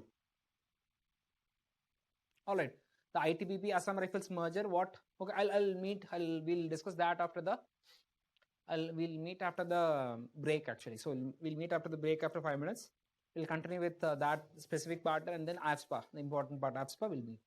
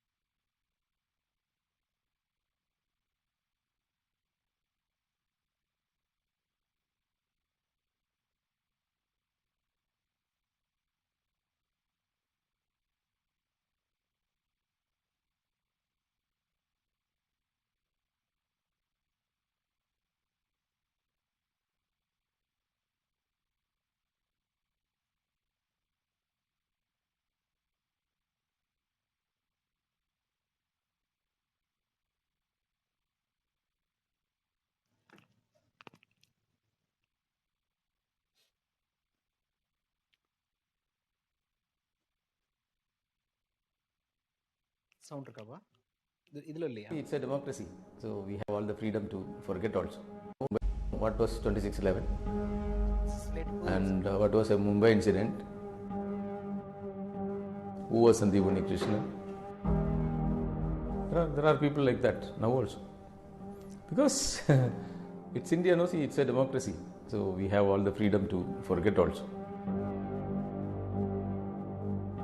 Sandeep only told us to watch first. So I was not knowing what is happening. No, we were not tuned into TV. Some people came from Pakistan and then they started shooting and then doing that. No, I could not believe that. That was the last conversation we had. He was prepared to go. I had the intuition that he cannot sit at NSC campus there. He also would have joined this thing. But I never expected that. No, so something like this will happen. So I thought it was a small operation and it will be over in any time. We are not prepared for that. I mean, no parent will be prepared for that. See, maximum we will see that, okay, he may get injured. You are not ready for that, for a total loss. One of the person saved by him, he said that how he operated. So the fearless, his face was totally fearless, and then he even referred that, sir, have you seen Mahavishnu's face in a calendar? His face was with that calm. He was not panicked at all, and then he took time to check the very minute details as to what is here, this thing, are you thirsty, are you hungry? They saved the last hostage also. The last hostage still is with me, and then he comes on 26/11, sit with us where Sandeep had fallen every year. The person who was saved by him was hit by 7 bullets. Even Sandeep also would not have expected him to survive, but he told his team to evacuate him, and then he went up. So that also we have learned from the people, those who are behind him. And then he knew that it is very dangerous to go up, and then he told them that, don't come up, I will handle them. His own unit people, they say that I would not have done like Sandeep sir what he has done. When a soldier himself is telling that he has done something great which I could not have done, that is the award beyond everything. A good memorial is actually should be in the minds of people, those who are more concerned about it. Many roads dedicated in the names of martyrs and leaders or something like that, but people will use the old name. And some people with that kind of an honor, they write the full name. I appreciate that. That is enough. That compensates what is it. Major Sandeep Unnikrishnan Road. Sometimes I feel that I have not done enough for him as a father. I always feel that I have not guided him properly. I could have taught him the nuances of a little bit of selfishness also.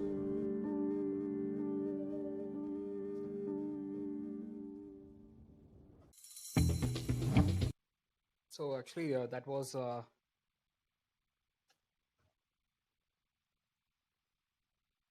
Sandeep Unikrishnan's father. Like, he's a martyr of 2008 Mumbai attack. Like, you see, like, so some of the statements, words he used. Like, so the good memorial should be in the minds of the people as such.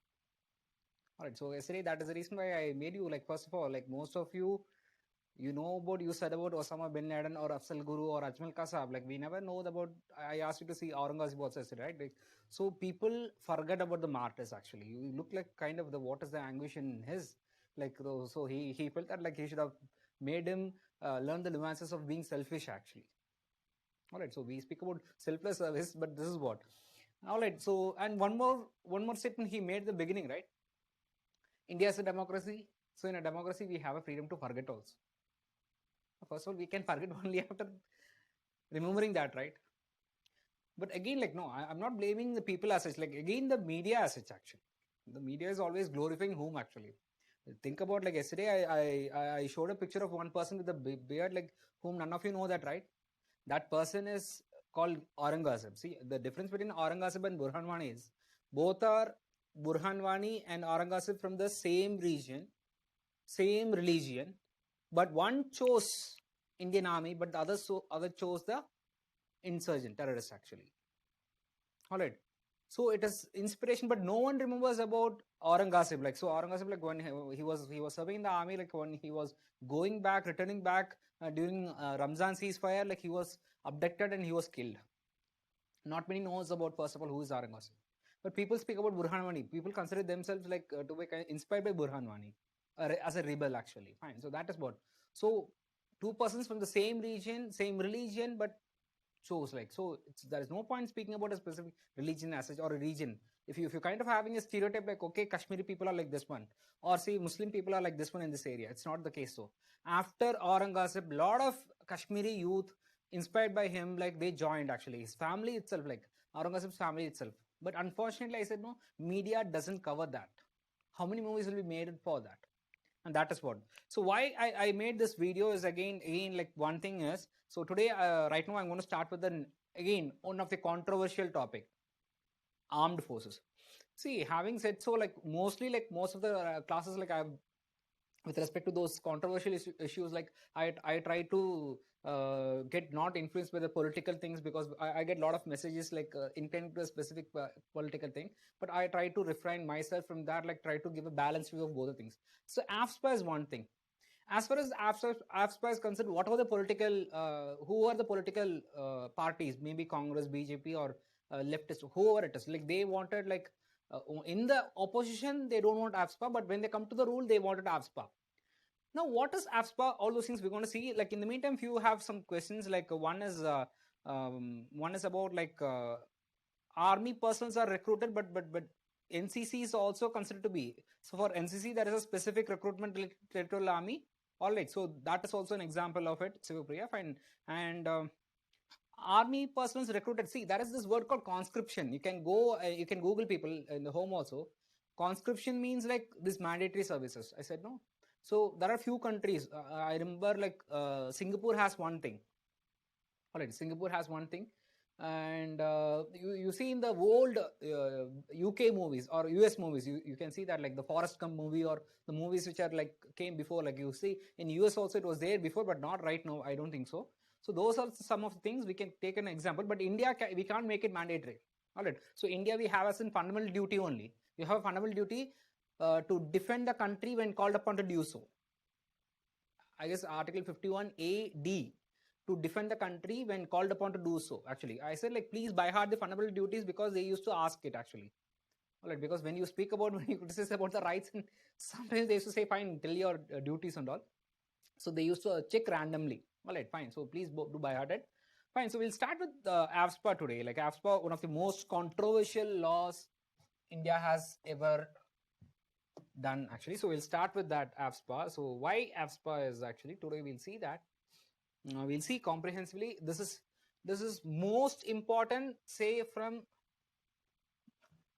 personality perspective. So interview perspective most important, and next is to an extent mains perspective, and to an extent in prelims also. All right, so but mostly personality. Okay, so how are you going to balance this one? So balance between the rights of the people, civil liberties of the people, as well as the forces, security forces on one hand. So they'll test you.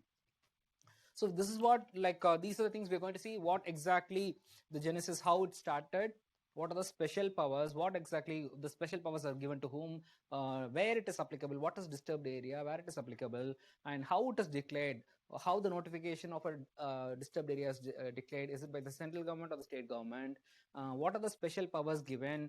So it is said that they even cause death actually. So how it exactly, those things. Okay, ITBP and BSF. No, not ITBP and BSF, ITBP and Rassam Rifles. Okay, I'll speak about that. Like that will be part of current affairs. So that will take some 10 minutes for, since we started this one. Like I'll take it tomorrow. Don't worry, because we'll take it. I don't want to stop that momentum, because that is the reason. Don't worry. I'll complete it tomorrow.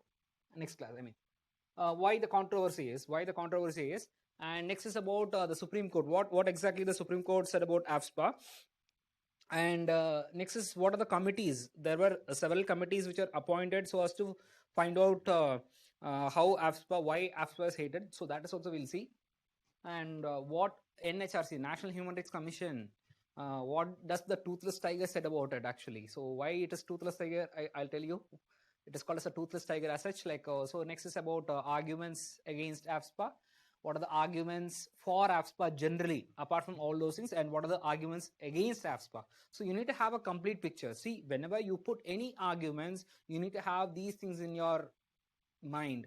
All right. So only then, like, you can contest anyone. If you have facts, if you have strong reasoning, you can contest anyone in anywhere, like be it in the interview, also be it anywhere. All right, fine. So we'll start with it first of all. See, first of all, like the context in the introduction is why, first of all, why it is called as a draconian law. You see, mostly they call it as these words. The moment they start with this is a draconian law, it is said that it is there a license to kill.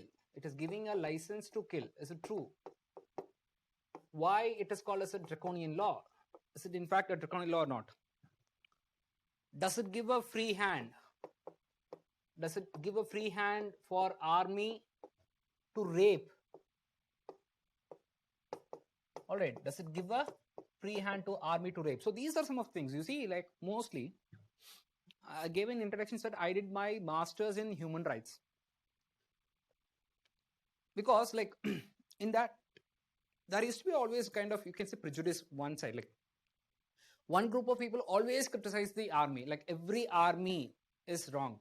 So you see a lot of articles saying that AFSPA is a draconian law. AFSPA has given the license to kill. AFSPA is giving a free hand for the army to rape. Is it the true thing? So we have to first of all analyze that. So that is what first of all the genesis is. One perspective is this. One perspective is AFSPA is in guard as an armor to armed forces. So this is what the transformation they say. Like, so some people who saying AFSPA is the best protection, like it is kind of an armor to that. Like this is one perspective which we'll study, like what is this perspective is. The other perspective is this one. All right. So why like these people are kind of misguided youth only? What if AFSPA is taken away? So what will happen? So other people who are thinking that like AFSPA, if at all it's taken, it will kind of take away the lives, like the forces won't be able to fight actually. So this is what. So is it on this side? Is it AFSPA is affecting only the terrorist or even if it affecting the innocents? This is what. There is a lot of debate. All right. Fine. These are the pictures which you can find it in the newspapers. That is the reason I took it and then I put it here. Fine. Let's start with the genesis. AFSPA, first of all, has its basis from the armed forces. First of all, what is AFSPA? Armed Forces Special Powers Act. AFSPA has its base from Armed Forces Special Power Ordinance 1942. AFSPA has its base from Armed Forces Special Powers Ordinance of 1942, which was basically to suppress. 1942 was British India, right? So it was originally enacted to suppress Quit India movement.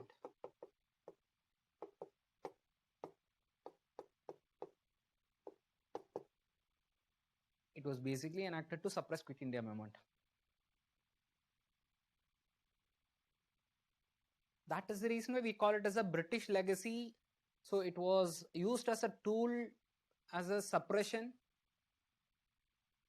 All right. So similar to sedition, 124A. So how we used to say like sedition is a British legacy, which you should not carry it out right now under IPC 124A of IPC. Similarly, this is what like AFSPA. It has its root from that ordinance. It was applied to India. AFSPA was applied to India for the first time since independence.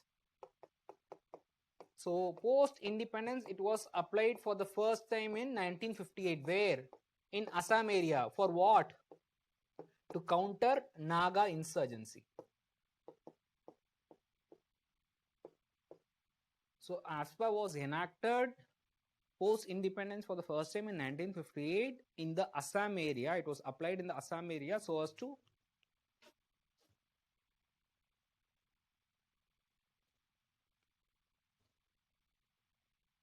I'll come to the question, Chandramohan. Like this is not relevant right now with respect to media. We'll speak about it. All right. So 1958, for the first time, it was applied in the Assam area so as to counter Naga insurgency. You remember by 1950 to 58, Naga people, like the NNC, especially Naga National Council, they declared independence. They conducted a parallel government. All those things. I said no. They even killed the moderates of Nagas. So that is the reason why. This is what. Next, we are going to see whom it is applying. So what is the meaning of this one? So actually, AFSPA has only 6 provisions. AFSPA has only what? 6, 7. Actually, it was there kind of 7 and 8. It was repealed actually on 6 provisions right now, 6 sections basically. Under which whom means, no, what is the meaning of this whom? I said like AFSPA, Armed Forces Special Powers. Like one is about what is this armed forces? Who are these armed forces? Who are these armed forces? So armed forces are defined under section 2A of the Act, which says that it includes all the military forces. It includes all military forces as well as those air forces which are operating on land. Military as well as air forces operating on land. And also other armed forces of central government. Other armed forces of central government. So here the example is whom? Who are the other means? Central Armed Police Forces, no? Which comes under. Fine, this is what.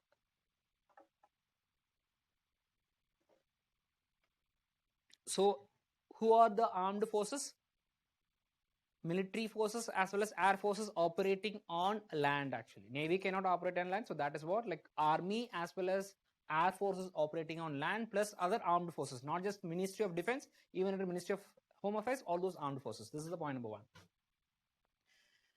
And point number 2, next one. Where it is applicable. The armed forces special areas, it is not applicable entirely throughout India. It is applicable to a specific state. In a specific state, it may be the whole of the state, it may be a part of the state, but in which it does not automatically apply. It will apply only to what is known as a disturbed area. The armed forces are given special powers only in the disturbed area. So now we are going to see what is a disturbed area.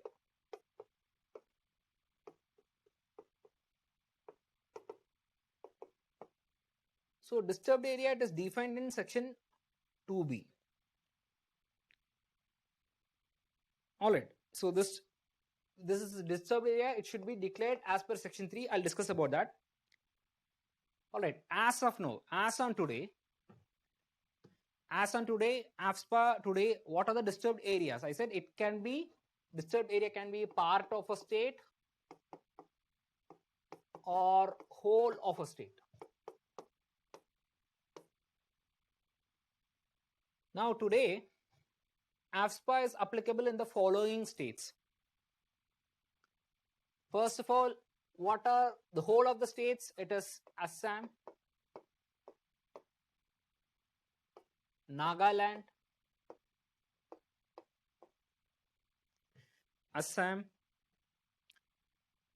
Nagaland. So these are the 2 areas where it is wholly, it is applicable. And in the states like Arunachal,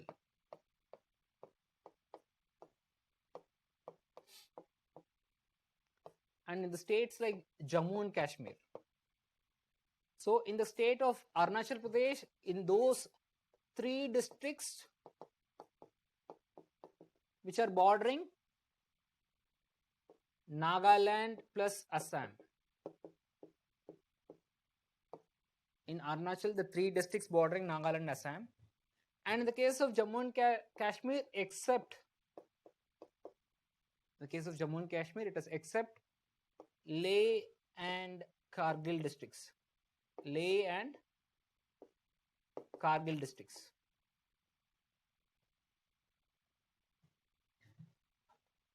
in Arunachal Pradesh, those areas which are adjoining Nagaland and Assam. And similarly, in the case of Manipur, except Imphal municipal area,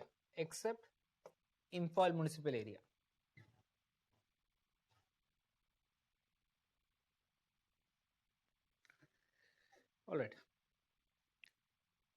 Now, we are going to see what are those states which was applicable but right now it is revoked. States wherein it was applicable but right now it is revoked. For instance, in 1997, so in Punjab it was there from 1990s to 1997, it was revoked.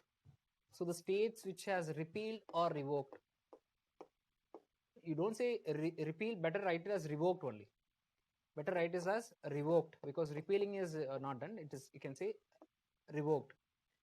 States which revoked in 1997 it was Punjab. In 2015 it is Tripura. In 2018 it is Meghalaya.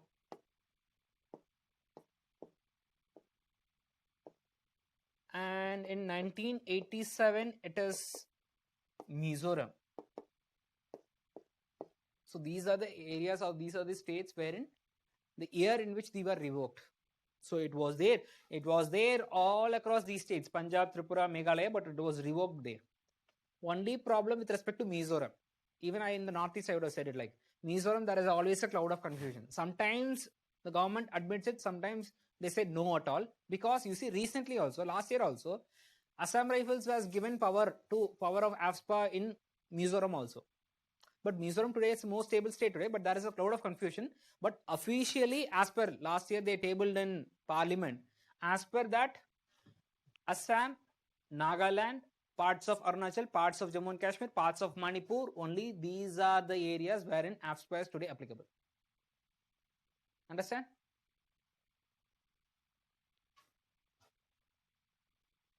Fine. Yes, Jammu region also.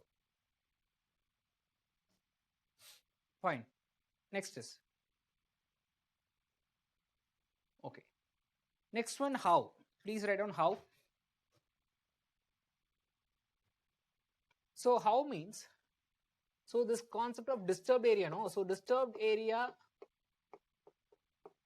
an area is notified to be a disturbed area by whom? It is done by either the state government or central government.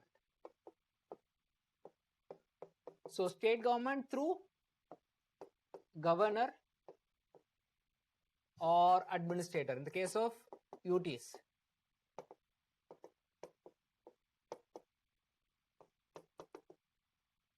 All right. In the case of central government means it is the Ministry of Home Affairs, MHA.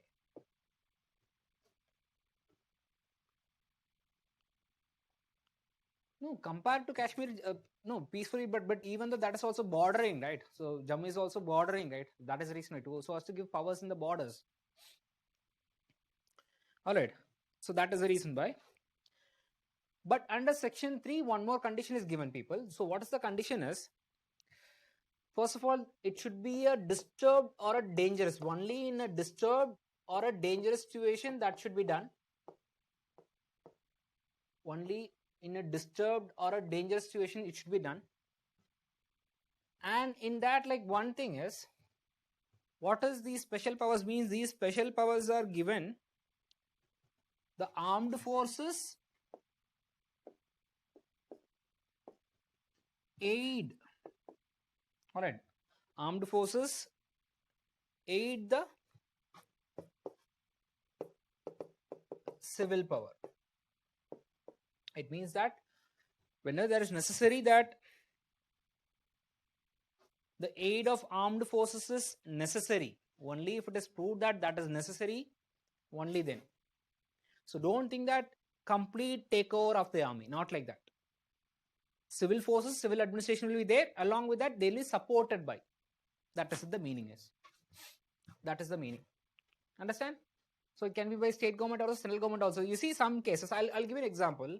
In few occasions, you see previously Jammu and Kashmir, when it was having an assembly, both PDP and National Conference, both the parties, they wanted to revoke AFSPA. But neither the previous Congress regime or the present BJP regime, they never want to take a chances. But whereas in the case of Assam, the state governments wants to say, but the central government wants to revoke partially. All right, so it happens. So sometimes on the basis of that, it can happen. Fine, this is what basics. So who can or how can it be done? Next one, what exactly these? So what are the special powers? So these special powers are given. The special powers are given, first of all, the conditions. What are the conditions for the special power? So before seeing the special powers, I'm going to give the conditions. What are the conditions? First condition. The first condition is only when it is necessary. The first condition is only when it is necessary for the maintenance of necessary for the maintenance of public order.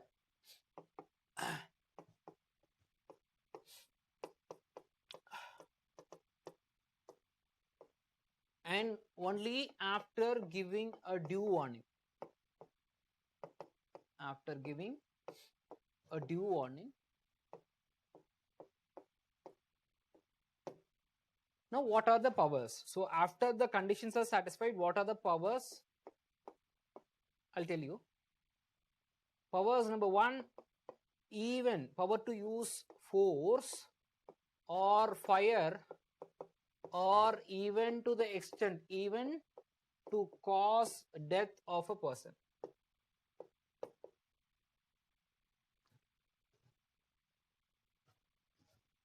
The power to use force or fire or even to cause the death of the person.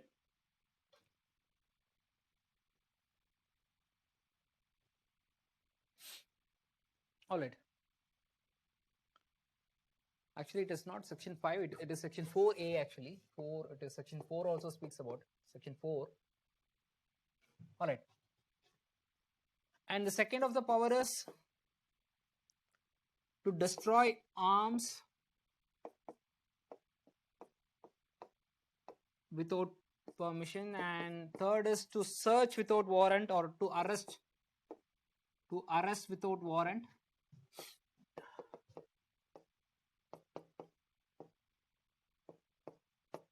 And the fourth is to search, to enter and search in the premises without warrant.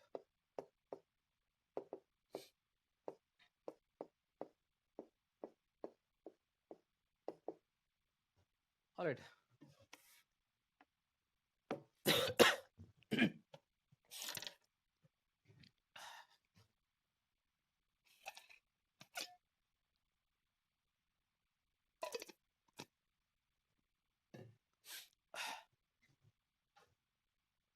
All right. So these are the powers. You feel people, okay, what are these powers which is kind of problematic? Do you think which of the powers are problematic, people? Now tell me. Which one you feel it is the most problematic? Which of the powers? So on the condition that for the maintenance of the public order, it is very much mandatory that they should be given special powers. And after the giving due warning, so they have been given power. Konja zoom out pannunga pa, Sanjay, konja zoom out pannunga, zoom out. Okay, arrest without warrant is creating trouble. Okay, which provision? 1 and 3, except second, all are problematic. To destroy arms. Okay, 1 and 3, yeah. Okay, fine. Now I'll ask you one question, people. One question generally. Now I'll ask you one question. So is that not available to you? Can a common man, can they cause the death of the person? Can you, me, do we have the right to cause the death of the other person? No. So what, someone is trying to kill you. Someone is coming in trying to kill you. What will you do that? You'll give laws?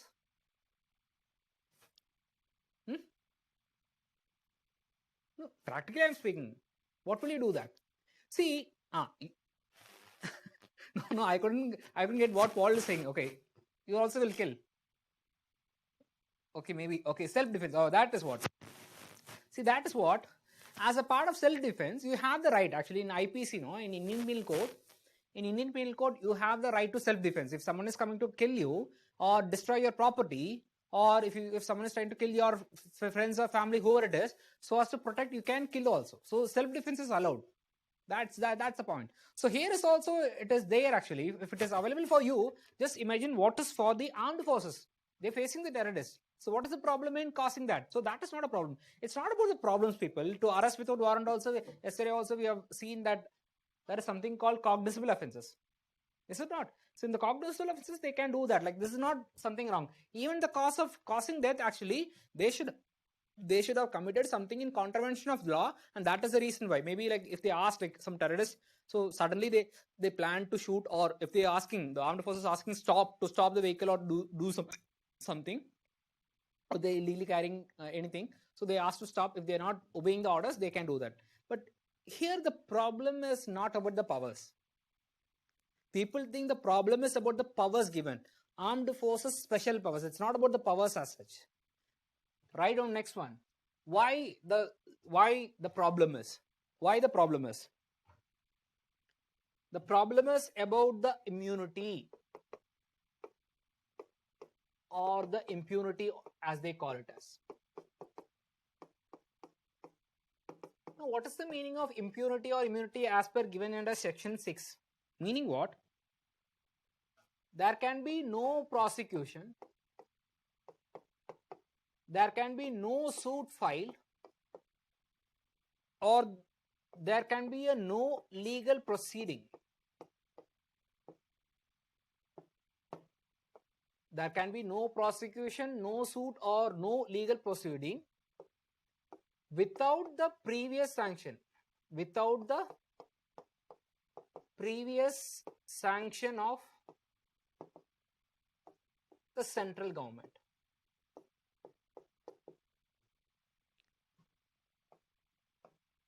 Understand? So there can be no prosecution, no suit, or no legal proceeding without the previous sanction of the central government. What is the meaning of this, people? What is the meaning of it? If at all, okay, just imagine. Yesterday we discussed about this accused, convicted. Remember this presumption of innocence, burden of proof? Just imagine first time, I am some common man, someone is trying to kill me. All right. So what will happen, like, if at all someone tries to kill me, like I kill them, like, so this person, like, now there will be a case against me, against Karthik. Now I have to prove that. So the prosecution has to prove that I have committed murder, but I have a defense that I committed murder so as to defend only. All right. So I have a self-defense. Okay. So the case will be filed. But just imagine, instead of me, two civilians, one terrorist is coming to attack, one army person kills. Now the army person is killed. Now there won't be any case against the army. There won't be any case against the army for the murder. Instead of army person, if it is a common man, he has to defend only. Is it not? The case will be filed, he has to defend in the court. But in the case of army, first of all, no filing of cases. Why no filing of cases? Because of the impunity. Only after getting the permission of the central government, you can file the case. After which only you can prove. But what happens? Most of the cases, more than 1,000 such killings, the FIR is not filed. The cases is not filed. Only if the cases is filed, we'll get to know whether that is a real encounter or a fake encounter. Even before the case is filed, you are not filing at all. It is there. The government is not doing it, means what? That is where the problem is. So the problem is not about the powers. The problem is about the immunity given under section 6. So what does section 6 says? No legal proceeding, no prosecution, or no suit against the officer unless and until the previous sanction of the central government is given. The previous sanction is also not new. There is section 197 CRPC. Once you become officers, if at all someone has to take an criminal action against you, they have to seek the permission also, court, like the permission of the respective government also. But the problem is, most of the cases, the FIR or the case, no legal proceeding is initiated. That is the problem. Understand? So this is the best one. It's not about the powers. Once you commit a crime, even before that, like this is what AFSPA is. It gives a complete immunity to it. Understand? So this is what basically the understanding is. So this is where the problematic is. Fine. Next one. Now, we have seen the Y section, right? So what exactly, this is what I said, immunity, absolute immunity. So basically what you have to say that it is not about the powers, it is about that absolute immunity given, which is not actually given, it is taken. First of all, there is no absolute immunity, but this is absolute immunity is taken by the armed forces.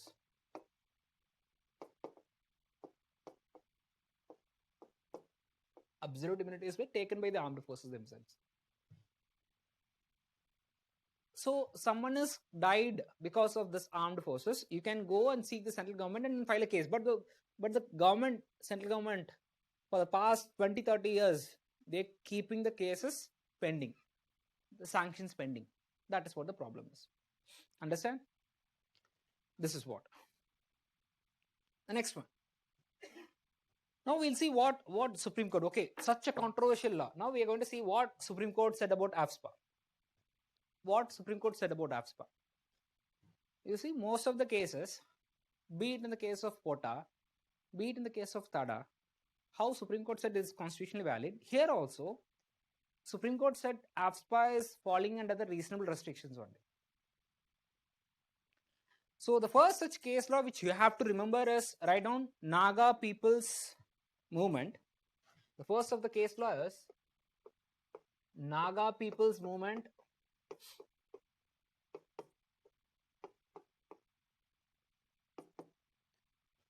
of Human Rights versus Union of India. Naga People's Movement of Human Rights versus Union of India, wherein the Supreme Court, they upheld, the Supreme Court upheld the constitutional validity. The Supreme Court upheld the constitutional validity of AFSPA. They said like the provisions of AFSPA is not against the constitution. It falls well within the reasonable restrictions, well within the ambit of the constitution. But what they said, the Supreme Court, they directed the armed forces,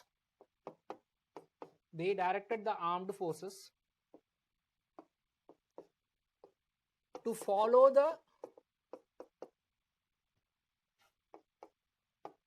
the do's and don'ts.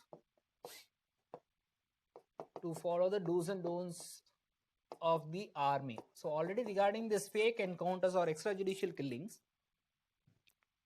already related to the fake encounters or extrajudicial killings,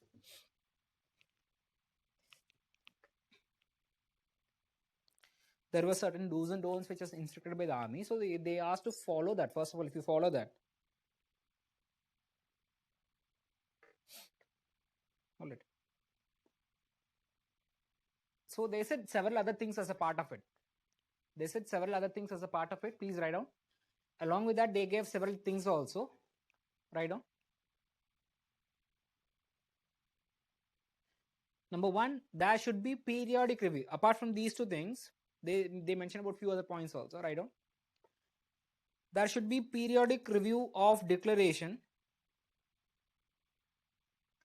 There should be periodic review of declaration before the expiry of 6 months. There should be periodic review of declaration before the expiry of 6 months.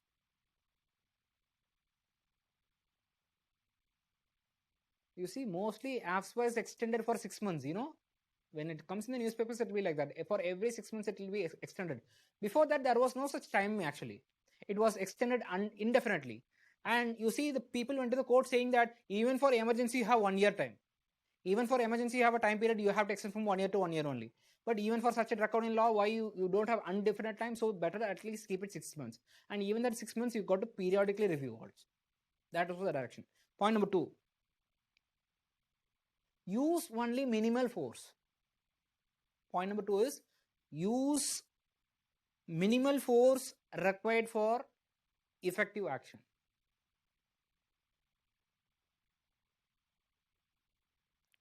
Use minimal force required for effective action.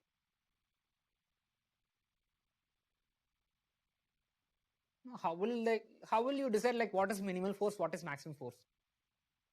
Will this language be understood by armed forces? Use minimal force for effective action. No, they'll say like killing is the effective action.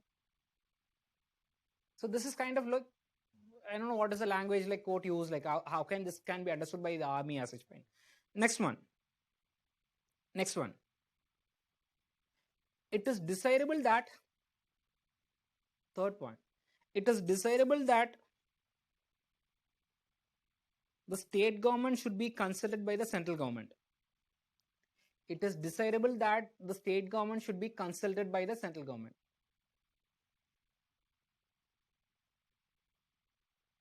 It is desirable that the state government should be consulted by the central government.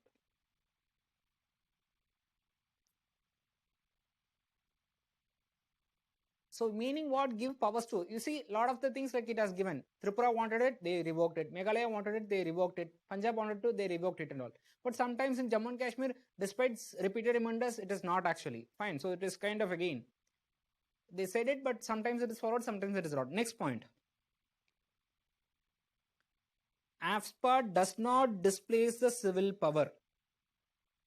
AFSPA does not displace the civil power, but only aid the civil power. AFSPA does not displace the civil power, but only aid.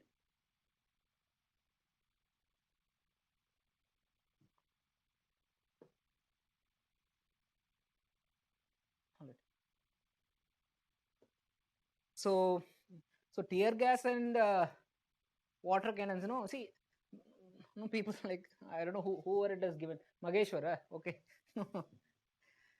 Never think tear gas and water cannon will work out for terrorists.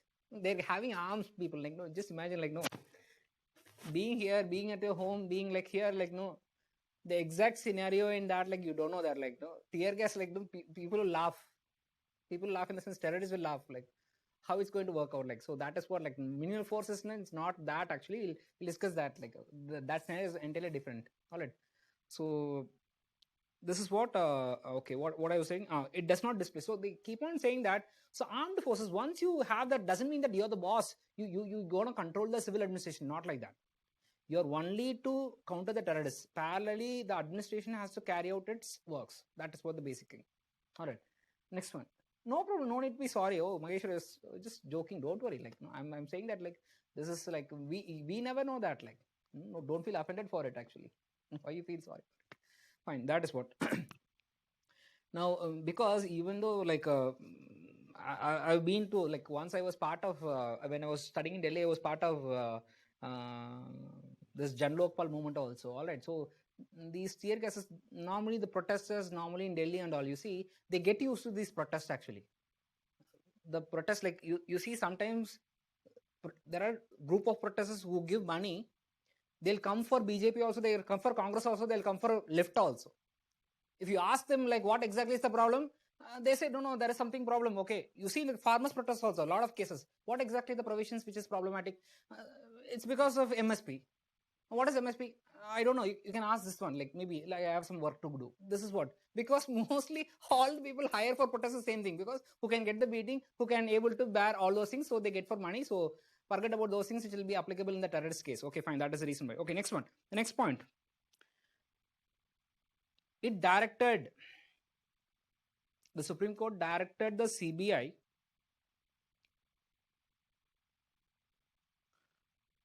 to investigate the cases related to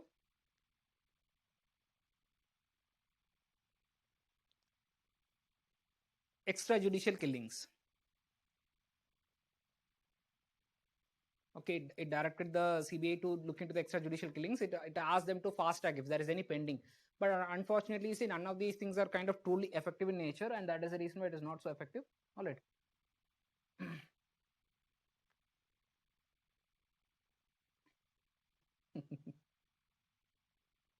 Who is the HR you're speaking about it? Okay, fine. Human is even like, okay, I'll come to that, Paul, actually, fine.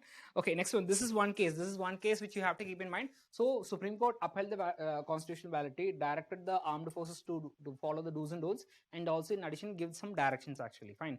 So this is what they given. But after that, the important case which you have to keep in mind is the second of the case happened in 2016.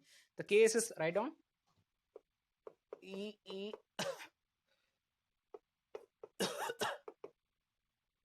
VFAM versus Union of India. What does EVFA means? Extrajudicial execution.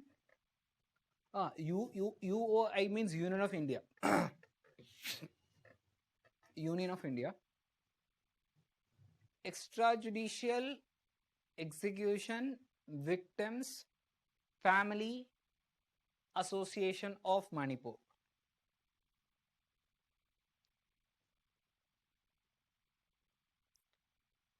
Extrajudicial execution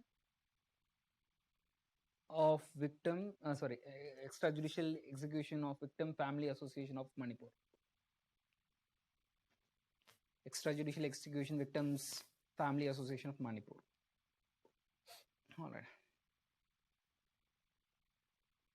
So here the court held that, what the court said, that there is no absolute immunity.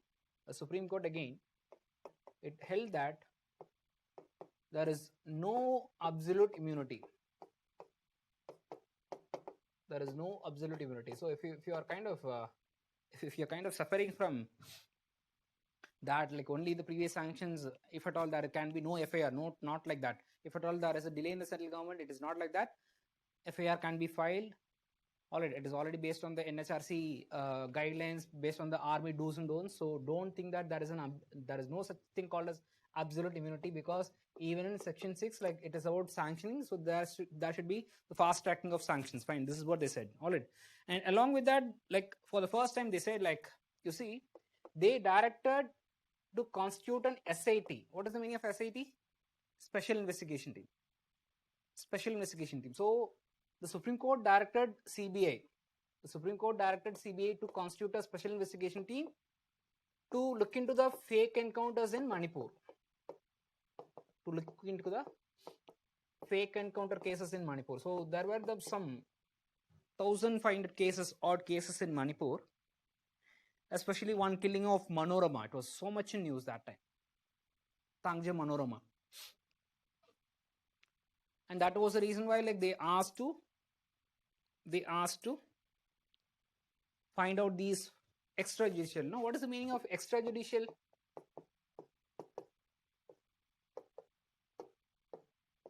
Extrajudicial execution means what? So what is it? Is it judicially allowed? Is judicial killing allowed? What is the meaning of judicial killing then? Death penalty. By a due process of law, that is called as what? Judicial killing. But in the case of extrajudicial means like encounters, like you are taking law in your own hands, you're not producing them. Fine, that is what. Fine. So this is one thing. So after which, you see, they formed a special investigation team with one person, Santosh Hegde and all, and they found some 6 cases wherein they found all to be fake encounters. We'll come to that. So this is what the Supreme Court said. Supreme Court said that AFSPA is constitutionally valid, but there is no absolute immunity. You have to follow the do's and don'ts. If there is murder, if there is rape or any killing, you have to file an FIR without delay. This is what the court directed, but nothing happened. Next, we'll come to that. This is what said, you can see after the case of this Naga case, but it's not kind of followed. So we'll see the other one. What are the committees of AFSPA said? What the committees which were appointed for AFSPA said? The first of the committee which we are going to see is Justice Jeevan Reddy Committee.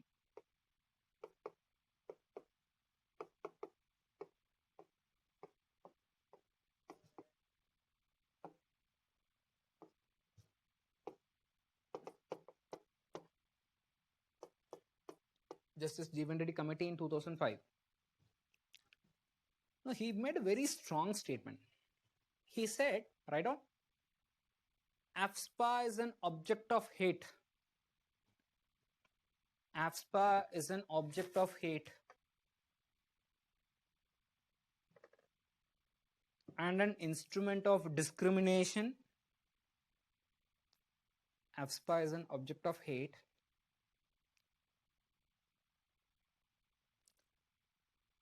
and instrument of discrimination and high-handedness.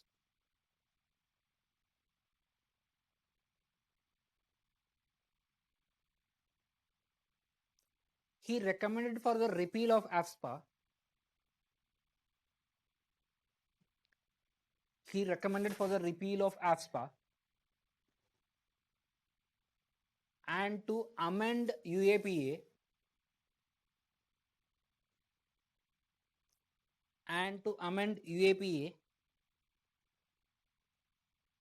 to give special powers.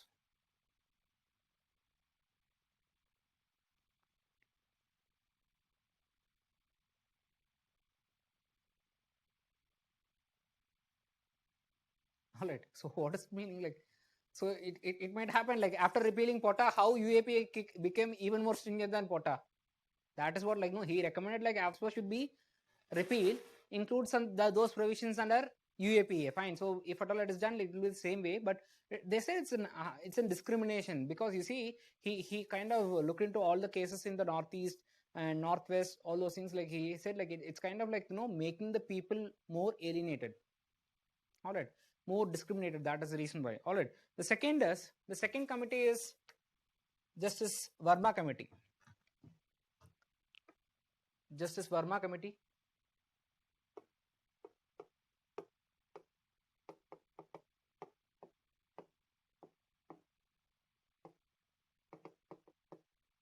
Justice Verma Committee in 2013. This committee was appointed to make changes in the criminal laws. This committee was appointed to make changes in the criminal laws after the Nirbhaya rape case.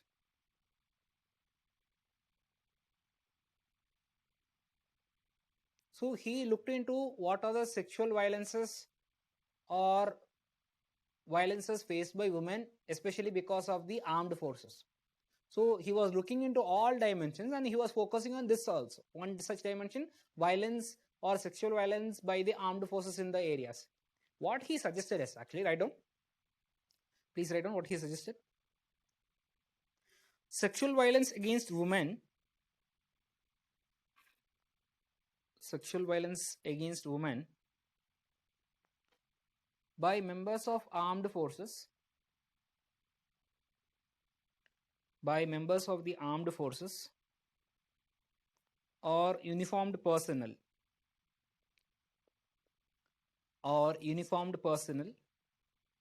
must be brought under the purview of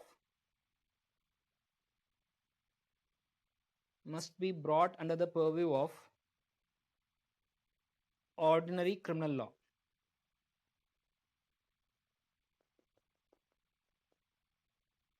Must be brought under the purview of ordinary criminal law. I repeat, sexual violence against women by members of armed forces or uniformed personnel must be brought under the purview of ordinary criminal law. What basically he said, there are two types of laws, right? Ordinary law as well as martial law. What is martial law? Court martial. Have you heard of this word? Court martial, martial law. Means what? If two people involved, if there is a problem or offense created by two military officers or two military persons, it is called as court martial. But what if at all, say some armed persons, if they murder anyone, or some armed persons if they rape anyone, so it does not fall under martial law, it forms under ordinary law. But there is an exception to that. Under the Army Act, if there is a kind of a military officer, he has committed a rape or murder. If he has committed a rape or murder on a common citizen, ordinary citizen, normally it is under ordinary law. Ordinary criminal law means under CRPC procedures. No sanctions, nothing is required. But if it is there when he is in active service, say maybe he is deployed in the borders, while deploying in the borders, if he is involved in any murder or rape or any other offences, that will be under court martial. That is where problematic. So if you are again taking to court martial, again you need the sanctions, so you won't get a fair trial. That is what the kind of concept is. So Justice Verma, he wanted to change this one. So as per section 70 of the Army Act, this is what they said.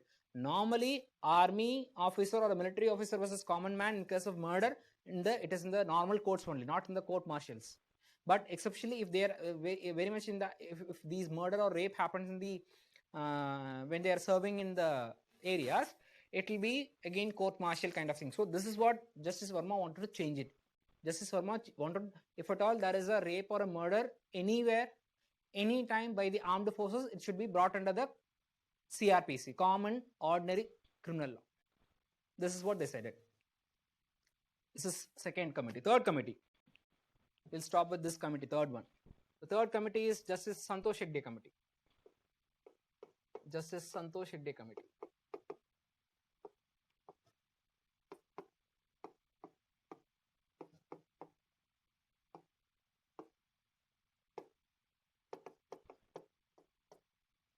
This is also in the same year only. So what Santosh Hegde Committee said that, please write down. So he was focusing on Northeast. Write down. AFSPA is unable to achieve peace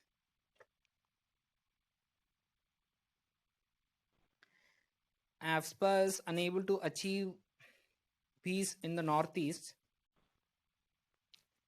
It in fact has widened. It in fact has widened the distance between the people of these areas. It in fact has widened the distance between the people of these areas and the mainland. ஏப்பா முடிச்சிடலாம் அவ்வளோதான், அவ்வளோ முடிஞ்சிருச்சுல.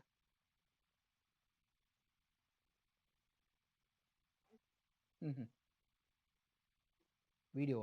I repeat, AFSPA is unable to achieve peace in the Northeast. It in fact has widened the distance between the people of these areas and the mainland. Now what they said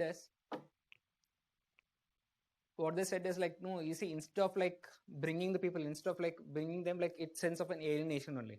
It in fact like widen the distance, like, all right. So that is what they said, like, so all these committees, they recommended for the repeal of AFSPA only. All the committees, they recommended for the repeal of AFSPA only, including the ARC also. Fine. So this is what, so we'll stop with this today. So we'll have one more class, and that one more class I said like we'll continue with this part of AFSPA, and we'll see the other things also, some of things related to that, like the WAM policy also.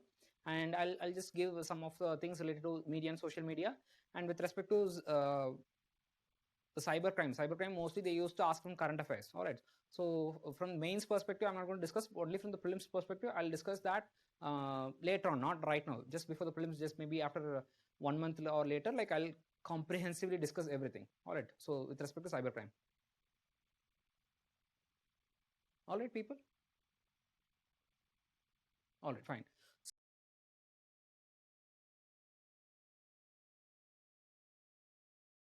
So we have seen the difference between paramilitary and armed police forces. So paramilitary means head by military. Armed police forces, it's the police actually. So we've seen the difference between IB, RAW, and other things also. What is border guarding forces? What is one border, one force concept? And special security force, paramilitary force, all those things. And with respect to AFSPA, things keep in mind, it is applicable only in the disturbed area after it is noticed by notification done by central government or the state government.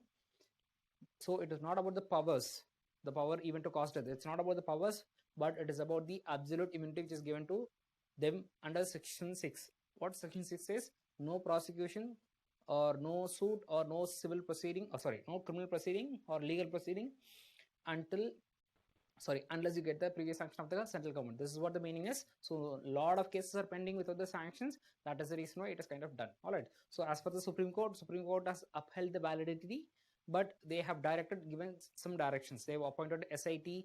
They have given directions related to some do's and don'ts.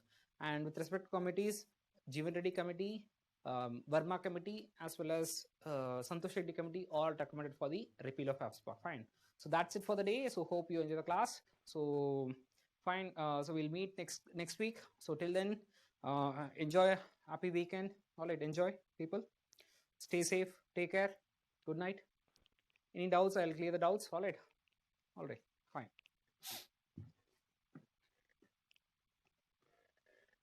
Okay. Yeah. Thank you, Prashant, Karthik, everyone. Now, what is it? Thank you, Mageshwar. Yeah. Thank you. Regulatory board can be there actually. Regulatory can that should be there, but it should be. It depends on it. We'll discuss that, Chandramohan. Don't worry. We'll discuss that in the media class actually. All right. Yeah. Thank you, Satya, Karthik. So periodic review means what is the meaning of no okay, I'll come to that first. Periodic review means like just before the expiry of 6 months, like no, you need to like what is exactly is the impact actually. So how far it has brought down insurgency, how far it has brought down terrorism, how far it has brought down separatism. So what is the impact of the act in administration? That is what. So periodic review based on it. So Verma committee did not recommend court martial. Verma committee said that in case of murder or rape, it should be brought under ordinary law, not the court martial. Understand? If any military officer has committed rape or murder, that should not be brought. Even in the case, even if when they are serving in these areas, border areas, that should be brought under the normal criminal law. CRPC and IPC should apply. So you should not go for martial law. That is what court martial. I mean, understood?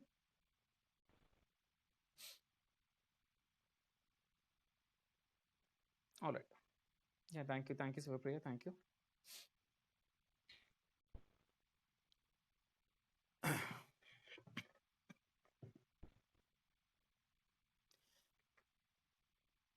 Yeah. Thank you, Amshi. So martial court will actually acquit them of such. No, they won't acquit. Definitely no. No, we are not blaming on court martial, but you see, court martial, there might be some possibility of partiality also. See, if it is two people, if two military people, then it's fine. One ordinary people, one military people means that will be difficult, right? That is the reason why. So on that basis only, court martial means they won't acquit. Even in fact, like it will be much more stringent actions will be taken.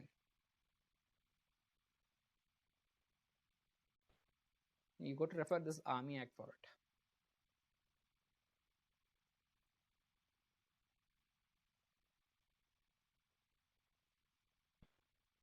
All right.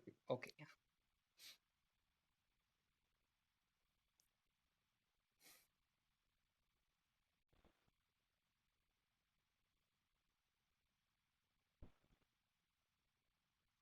Okay. Any other doubts, people, or shall we wind up?